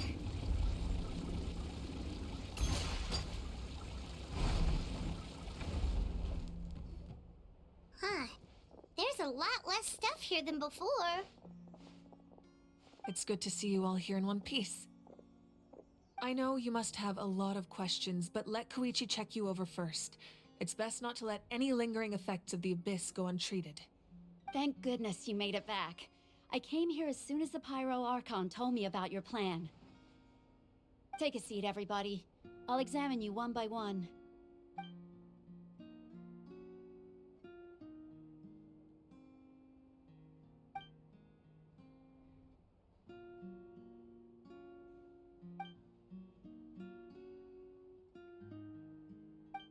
All right, that should do it for now. But just to be safe, I'll perform another checkup in a couple of days. I have to say, though, I've never seen anyone react to the Abyss like you, Traveler. It's like you're completely immune to its power. She's always been special like that. She can even purify its power. Wait, now that you mention it, Paimon doesn't think she's affected either. Given the current situation, that ability will likely play a great role in the events to come. Of course. I still have patients to see, so I'll head out. Thank you, Koichi. All right, all right. We might not see eye to eye, but we both had good intentions. Just give it time. I'm sure we'll figure things out between us one day. Yeah.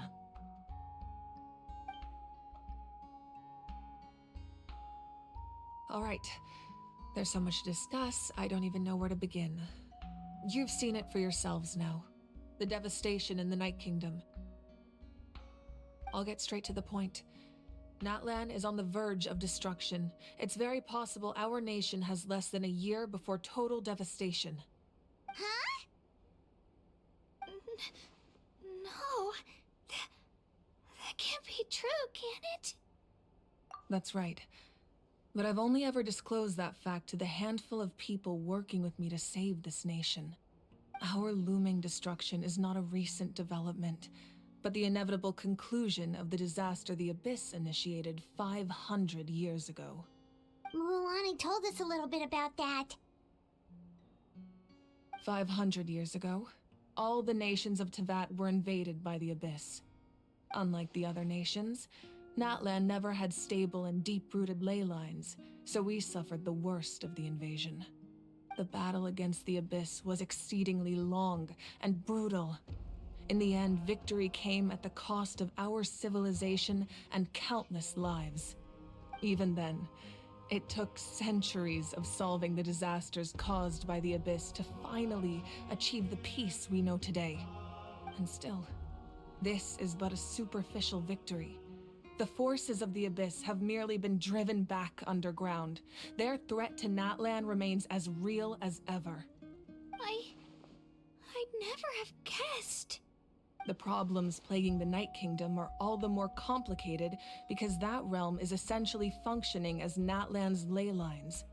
Immediately after the war, our calculations estimated that we would have a maximum of 500 years before the Night Kingdom was completely lost to the Abyss. But at that time, we were a nation of the destitute. Our people no longer believed in victory, nor did they hold hope for the future. Our civilization was dying, our faith crumbling, and the line of power passed down from the Wayab nearly severed. If we didn't bring the nation back together, it would be foolish to even dream of defeating the Abyss in the future. So, the Archon had a long and involved discussion with the heroes of each tribe, and finally came up with a 500-year-long plan to save Natlan. So that's what happened. After finding Kachina, I encountered a strange figure who gave me a series of new memories. Since the plan was mentioned in those memories, I guess I've been chosen to play an important role in it.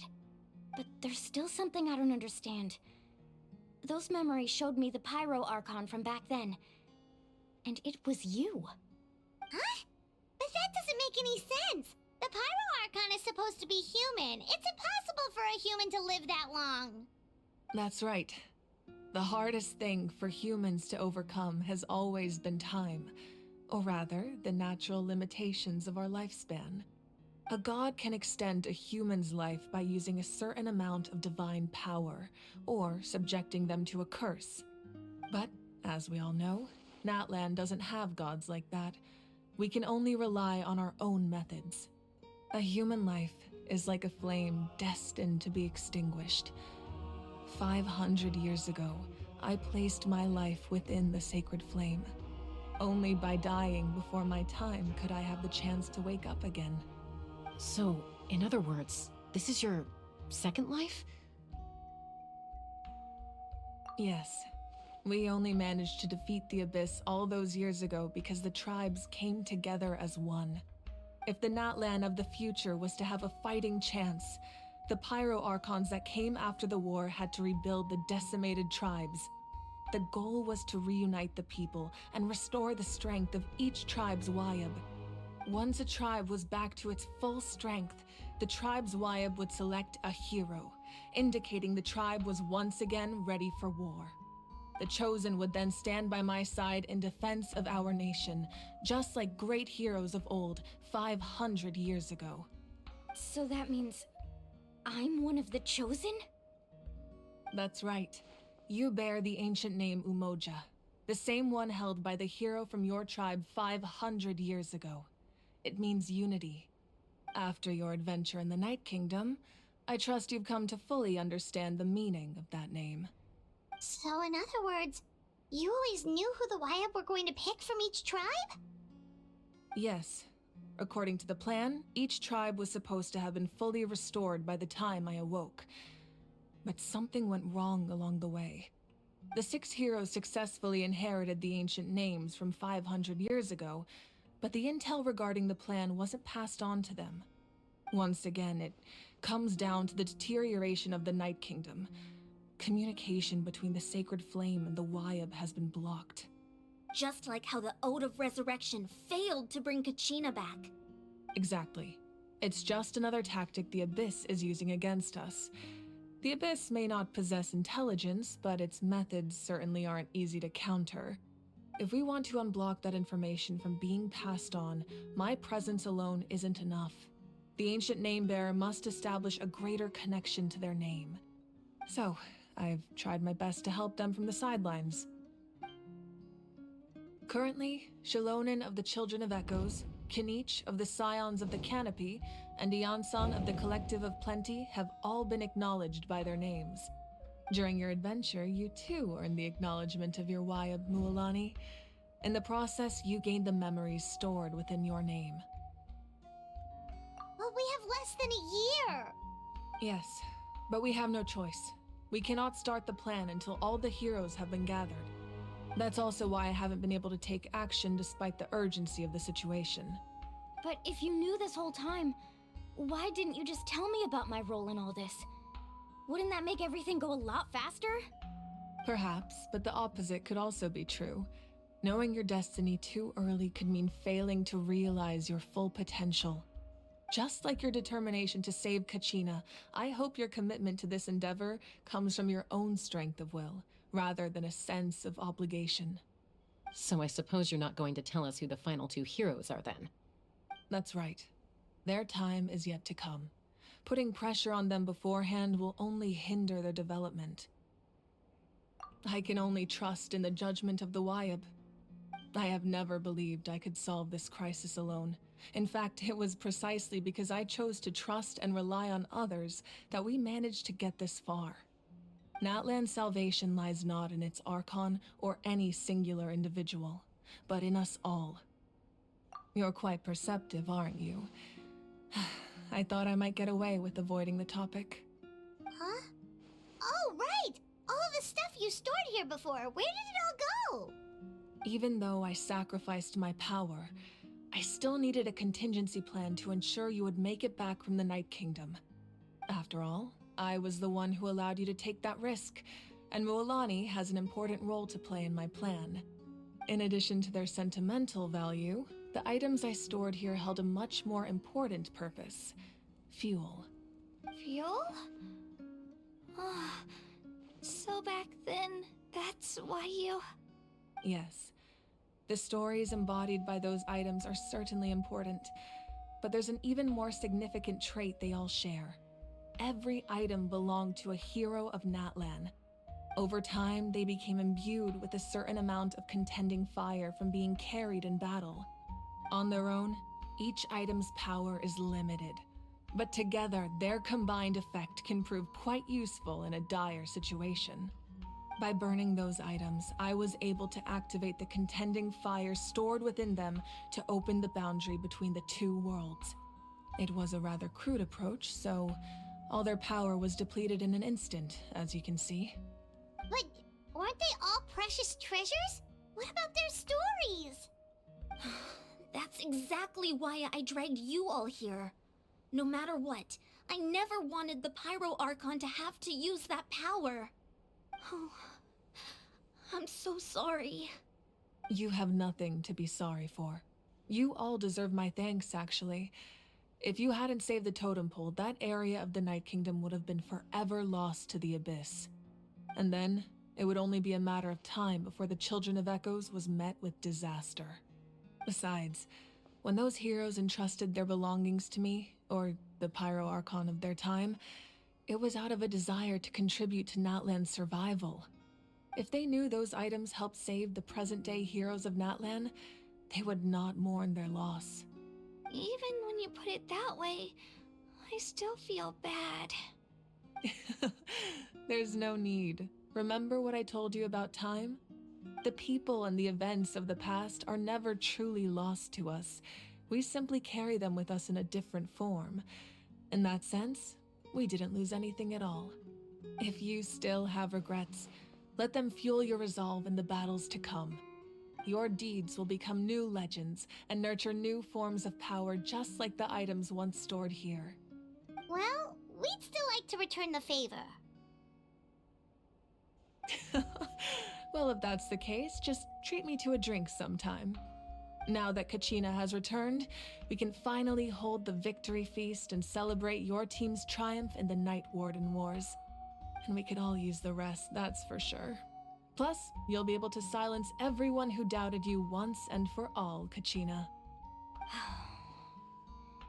Still, now that I know the danger we're facing, having a victory feast doesn't feel right. Try not to let it get to you. It's important to stay calm. Worrying about it will only affect your judgment. All right, you should head out. I'll join you in a bit.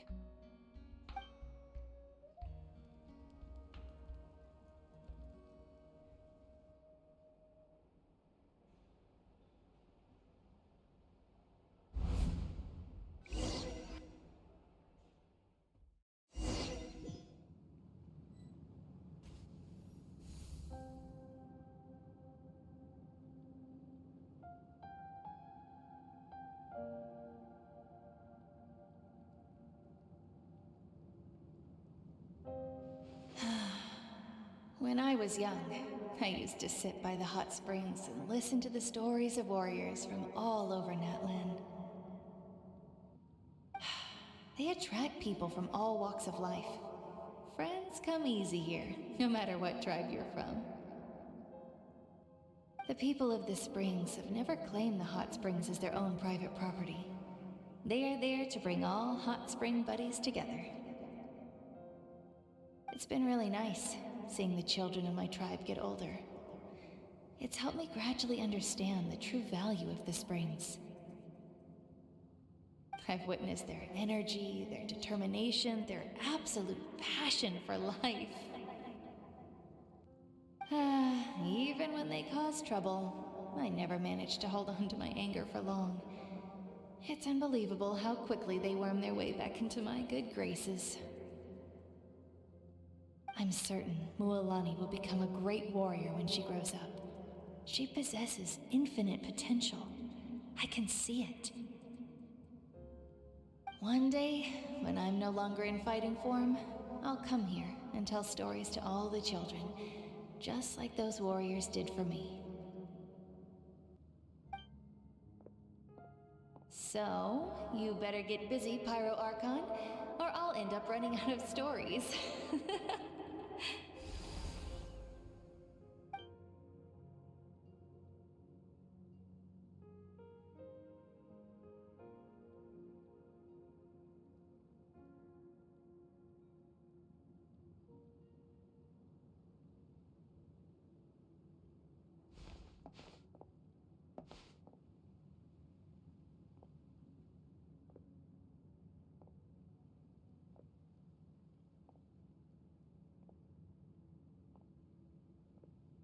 Our nation is engulfed in darkness. Our tribes stand divided, and yet you promise victory in the distant future.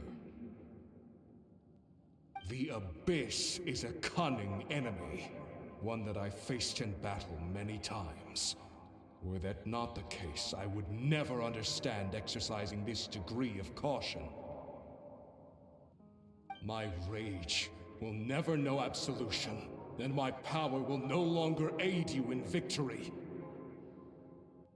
But you came to me because you knew you could convince me with just a single sentence. I understand your choice.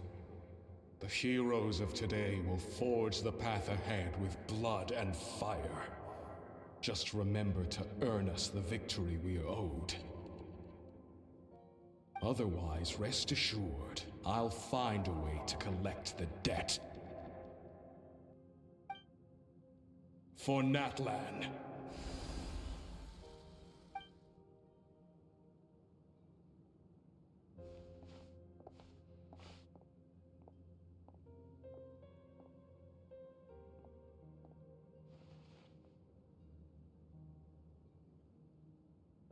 So, you're gonna head 500 years in the future to serve as the Pyro Archon again? But what about the you from right now? You're just gonna die? You can't ask her those questions and expect her to answer, my dear. The decision is hers to make, and she deserves our support. We will do everything we can to rebuild the tribes. Don't you worry. Even across time, we will all do our part to fight for Natlan's future. Yeah, Mom's right. We'll always believe in you, sis. Oh, seriously though, Dad should be here. Where is he? I imagine he didn't know what to say, so he chose not to come at all. Don't take it to heart, my dear. That's just who he is. Just remember, no matter what happens in the future, we will always love you.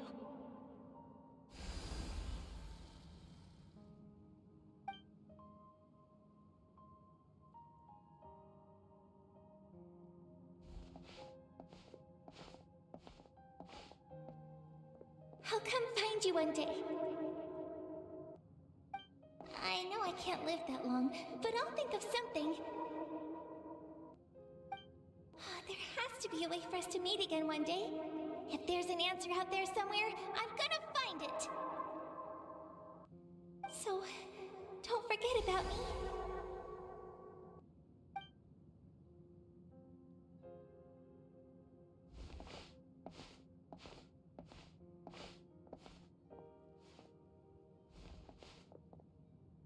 If that's your decision, then you have my full support, Archon.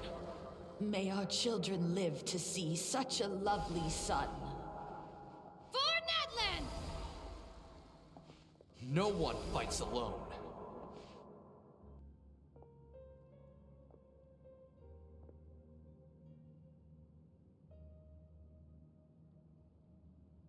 The rules are my legacy. They shall grant us the strength to overcome the next tragedy. War forged the 6 tribes, taught us how to fight, instilled in us what it means to love. Who will be the one to bring this to an end?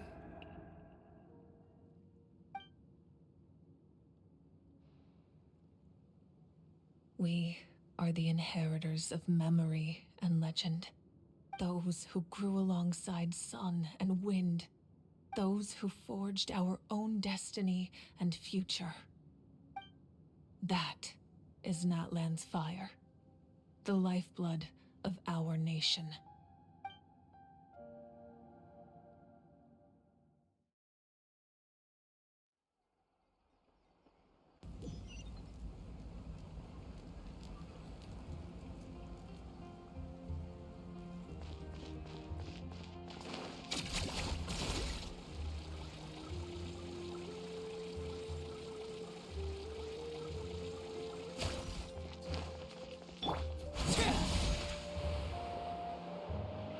Right here!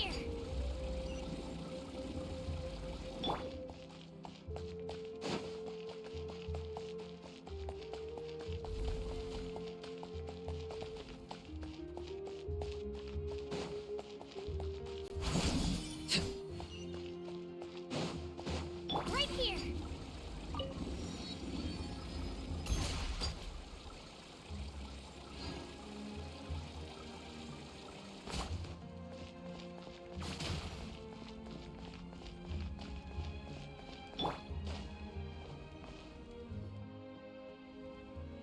Hey, Koichi! You here for the victory feast too? Oh, no. I knew Chaska would be here, so I just came to deliver some medicine. I was about to leave, actually. No, it's not that I don't want to celebrate Kachina and the others. I'm so glad she made it back. It's just...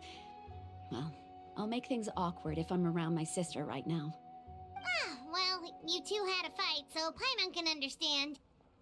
She didn't cause any trouble during your trip, right? Yeah, she was super helpful. She gave us a lot of useful information about the Abyss. That's good. That's all I needed to know. Is there a reason you asked? You were pretty outspoken when we first met, but now it's like you're holding something back. Maybe it seemed unreasonable, picking that fight with her before you left, but I did it for a reason. Her impulse to fight is extremely strong. Her mental strength helps her rein it in, but she still loses control sometimes.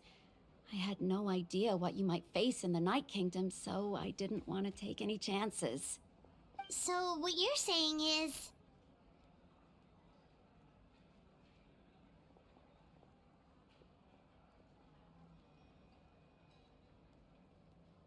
Okay, so maybe it sounds a little stupid, but it works pretty well. It helps her keep her cool for a little while, at least. Anyway, I'm just glad you were able to make it back safe and sound. That's all I wanted. But do you really have to go that far? Can't you just talk it out? No way.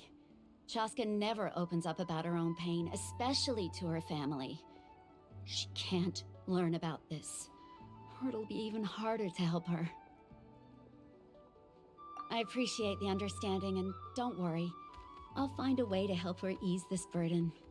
Anyway, I need to get going. Enjoy the celebration. Oh, and if you ever need a doctor, you know who to find. Huh. Who would have thought there was a deeper reason behind their arguing? In the end, it's all the Abyss's fault. Paimon's had enough of them.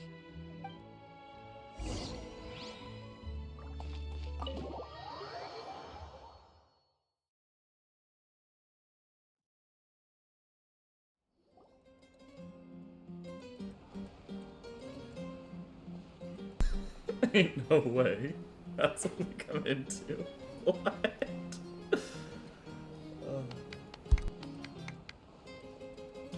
Let's give a huge round of applause to our brave young warrior, Kachina! Woohoo! Well done, Kachina. Thank you, everyone. I'm so glad I finally made it. I always knew you could do it. With so much potential at your age, you have a great future ahead of you. You're one to talk. Don't think I didn't know you were the first person to abandon your team. I'll be dealing with you when we get back. I had no choice. My friend invited me. I couldn't just say no. Oh, really? So you weren't just trying to get ahead in the first round? I wasn't, I swear. I just happened to find that bearer injured in the wild, so I stopped to bandage his wounds.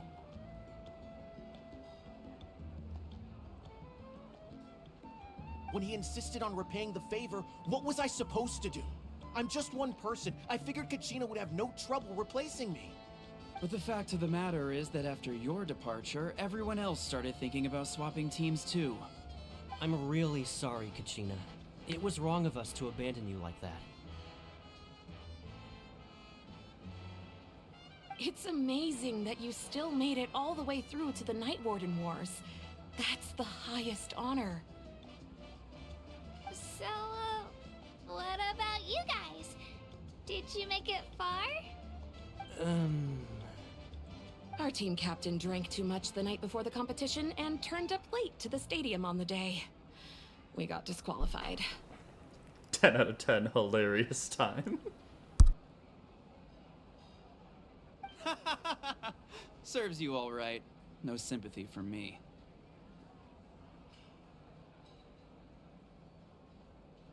Alright. There's no need to be like that, Uncle Pakal. Dear friends, I'd like to say a few words. Firstly, I'm grateful to my friends and our great Archon for helping to bring me back. This traveler and her companion Paimon are some of the strongest people I've ever met. If they were allowed to participate in the pilgrimage, I have no doubt that they'd win the whole thing. They've agreed to let me learn from them. With their help, I believe I can become even stronger still. And let's not forget my good friends, Moalani, Chaska, Kanich, and Aeon-san. They all helped the Traveler and Paimon figure out a way to bring me back from the Night Kingdom. They too deserve to be called our heroes, so please give another round of applause for them. Thank you so much. Well said! I'll drink to that. How does it feel being a hero, Kachina? To be honest, it's a bit overwhelming. It all just feels so surreal. Well, you better get used to it. Next up, undefeated champion!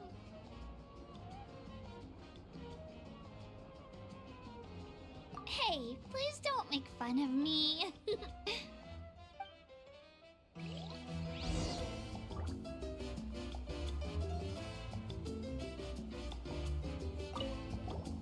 My apologies. I knew more than I let on. Everything comes at a price, and most heroes aren't people who set out to become a hero. If you cling too tightly to your goal, you end up losing things that are far more precious. But in any case, we're now on the same page. I wonder how long before the two final heroes appear. From the Flower Feather Clan and the Masters of the Night Wind.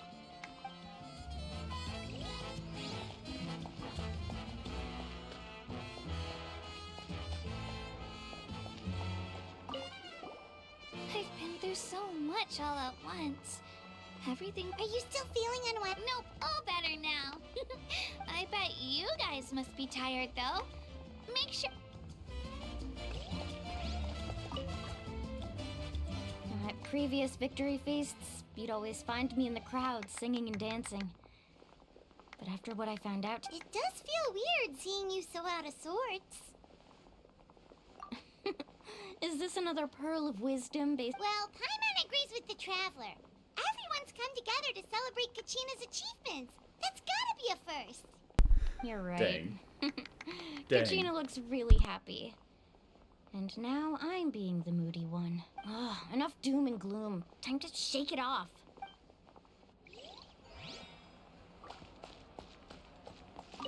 It cost us a lot, but we got Kachina back safely, and that's what matters. There'll be even tougher challenges coming our way in the days ahead, though.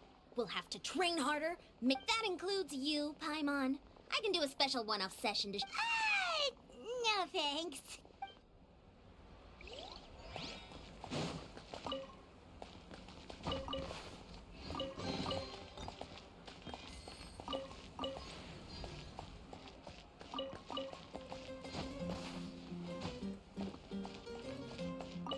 It's rare to meet travelers as strong and brave as yourselves.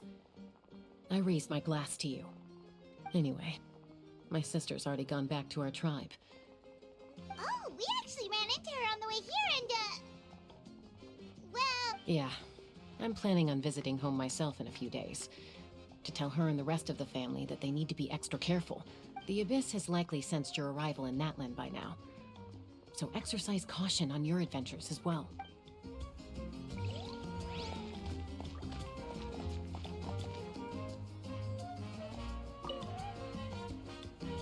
You're here. Have some fruit juice. I got it specially for you two.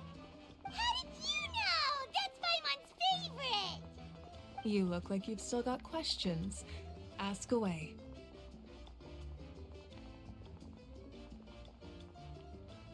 Because they had their own lives to live. The thought of telling them, abandon your families and everyone you love, and come with me to the end of time, for in 500 years Natlan will be destroyed, it seemed too cruel. You could just as easily point out that everything in this world would come to an end eventually.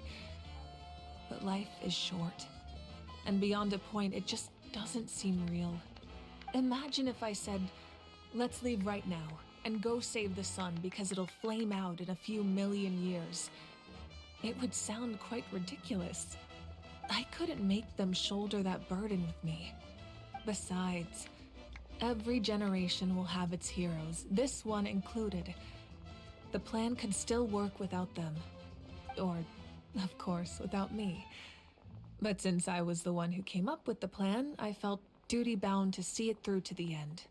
Paimon's suddenly remembering that portrait in your room. Was that your family from back then? Yes, it was. So when you asked me who my sister grew up to be, the truth is that very little information survives. From what I've been able to piece together, I can conclude with a reasonable degree of confidence that she ended up as an architect and artist. She played an instrumental role in rebuilding the scions of the Canopy tribe, designing and building many houses. But of course, none of her buildings are around anymore. Still, it was an impressive achievement, and I'm very proud of her.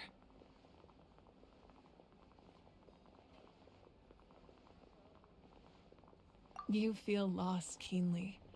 It seems to stir up feelings of regret in you. But this is something I have long since come to terms with. This is a war, and there can be no war without loss. I am already far more fortunate than those who lost their lives to the Abyss. The people of Natlan look to me as their Archon, and the weight of their expectations is mine to bear. I must see our fate through to the very end, no matter what I may find there. Yeah, doesn't that mean the way everything ends has already been written, including your plan? I suppose, but so what? Don't forget, time takes many forms. The past, present, and future coexist, and all are equally important. Even if the future ends in destruction, there's still no reason to give up on the here and now. And it's precisely because we humans cannot know our fate that we will never give up on our struggle. This is a pivotal moment. We are still 2 heroes short. Well, 3 to be precise. There's one further hero who I'm hoping to get on my side, whatever it takes. Your resistance to the corrupting power of the Abyss is truly remarkable. It would easily make you an all-important figure in the upcoming battle. If you agree to join us, you will not only gain my full support in your journey, but I will also forge a brand new ancient name for you. Ancient names can be forged? Ancient name? That doesn't make They any can. sense. Several strict conditions must be met, but If they couldn't be forged at all, then the number of them in circulation would have long dwindled to 0. Possessing an ancient name would mean that your adventures in Natlan are recorded in full. Your stories would be remembered by our people for all the years to come. The Ode of Resurrection may have temporarily lost its power, but still, take this as my personal guarantee that I shall never let you fall. Just like in the Night Kingdom, I will be there for you. That is a promise I will fulfill at all costs. This nation always honors its heroes.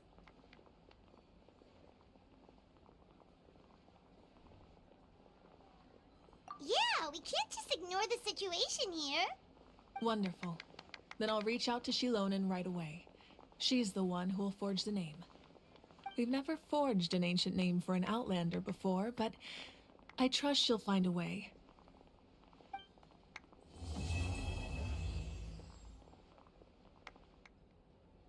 My lord, we've received word that the Pyro Archon has lost much of her power. Although your injury complicates things, this is most certainly the opportune time to seize the Gnosis. Victory and defeat are rules, not outcomes. I have never taken advantage of an opponent in a time of weakness, and I don't intend to start now. As for you, I must confess, I did not expect that little trick of yours to save the day.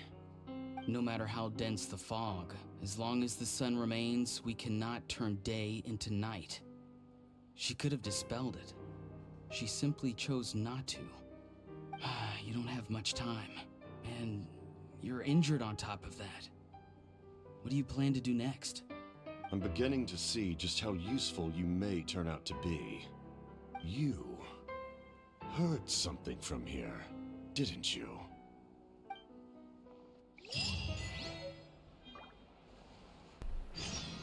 What a fun Archon quest. Is that still part of... No. Okay.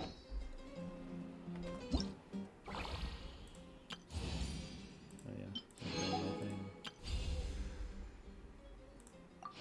Claim my 500 free modes for doing it in 5.0. And my rewards for Act 1 and for Act 2.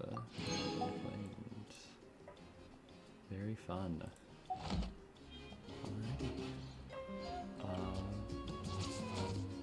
We'll see what else I post, but thanks for watching. It's been a blast. I will see y'all another day, that's for sure.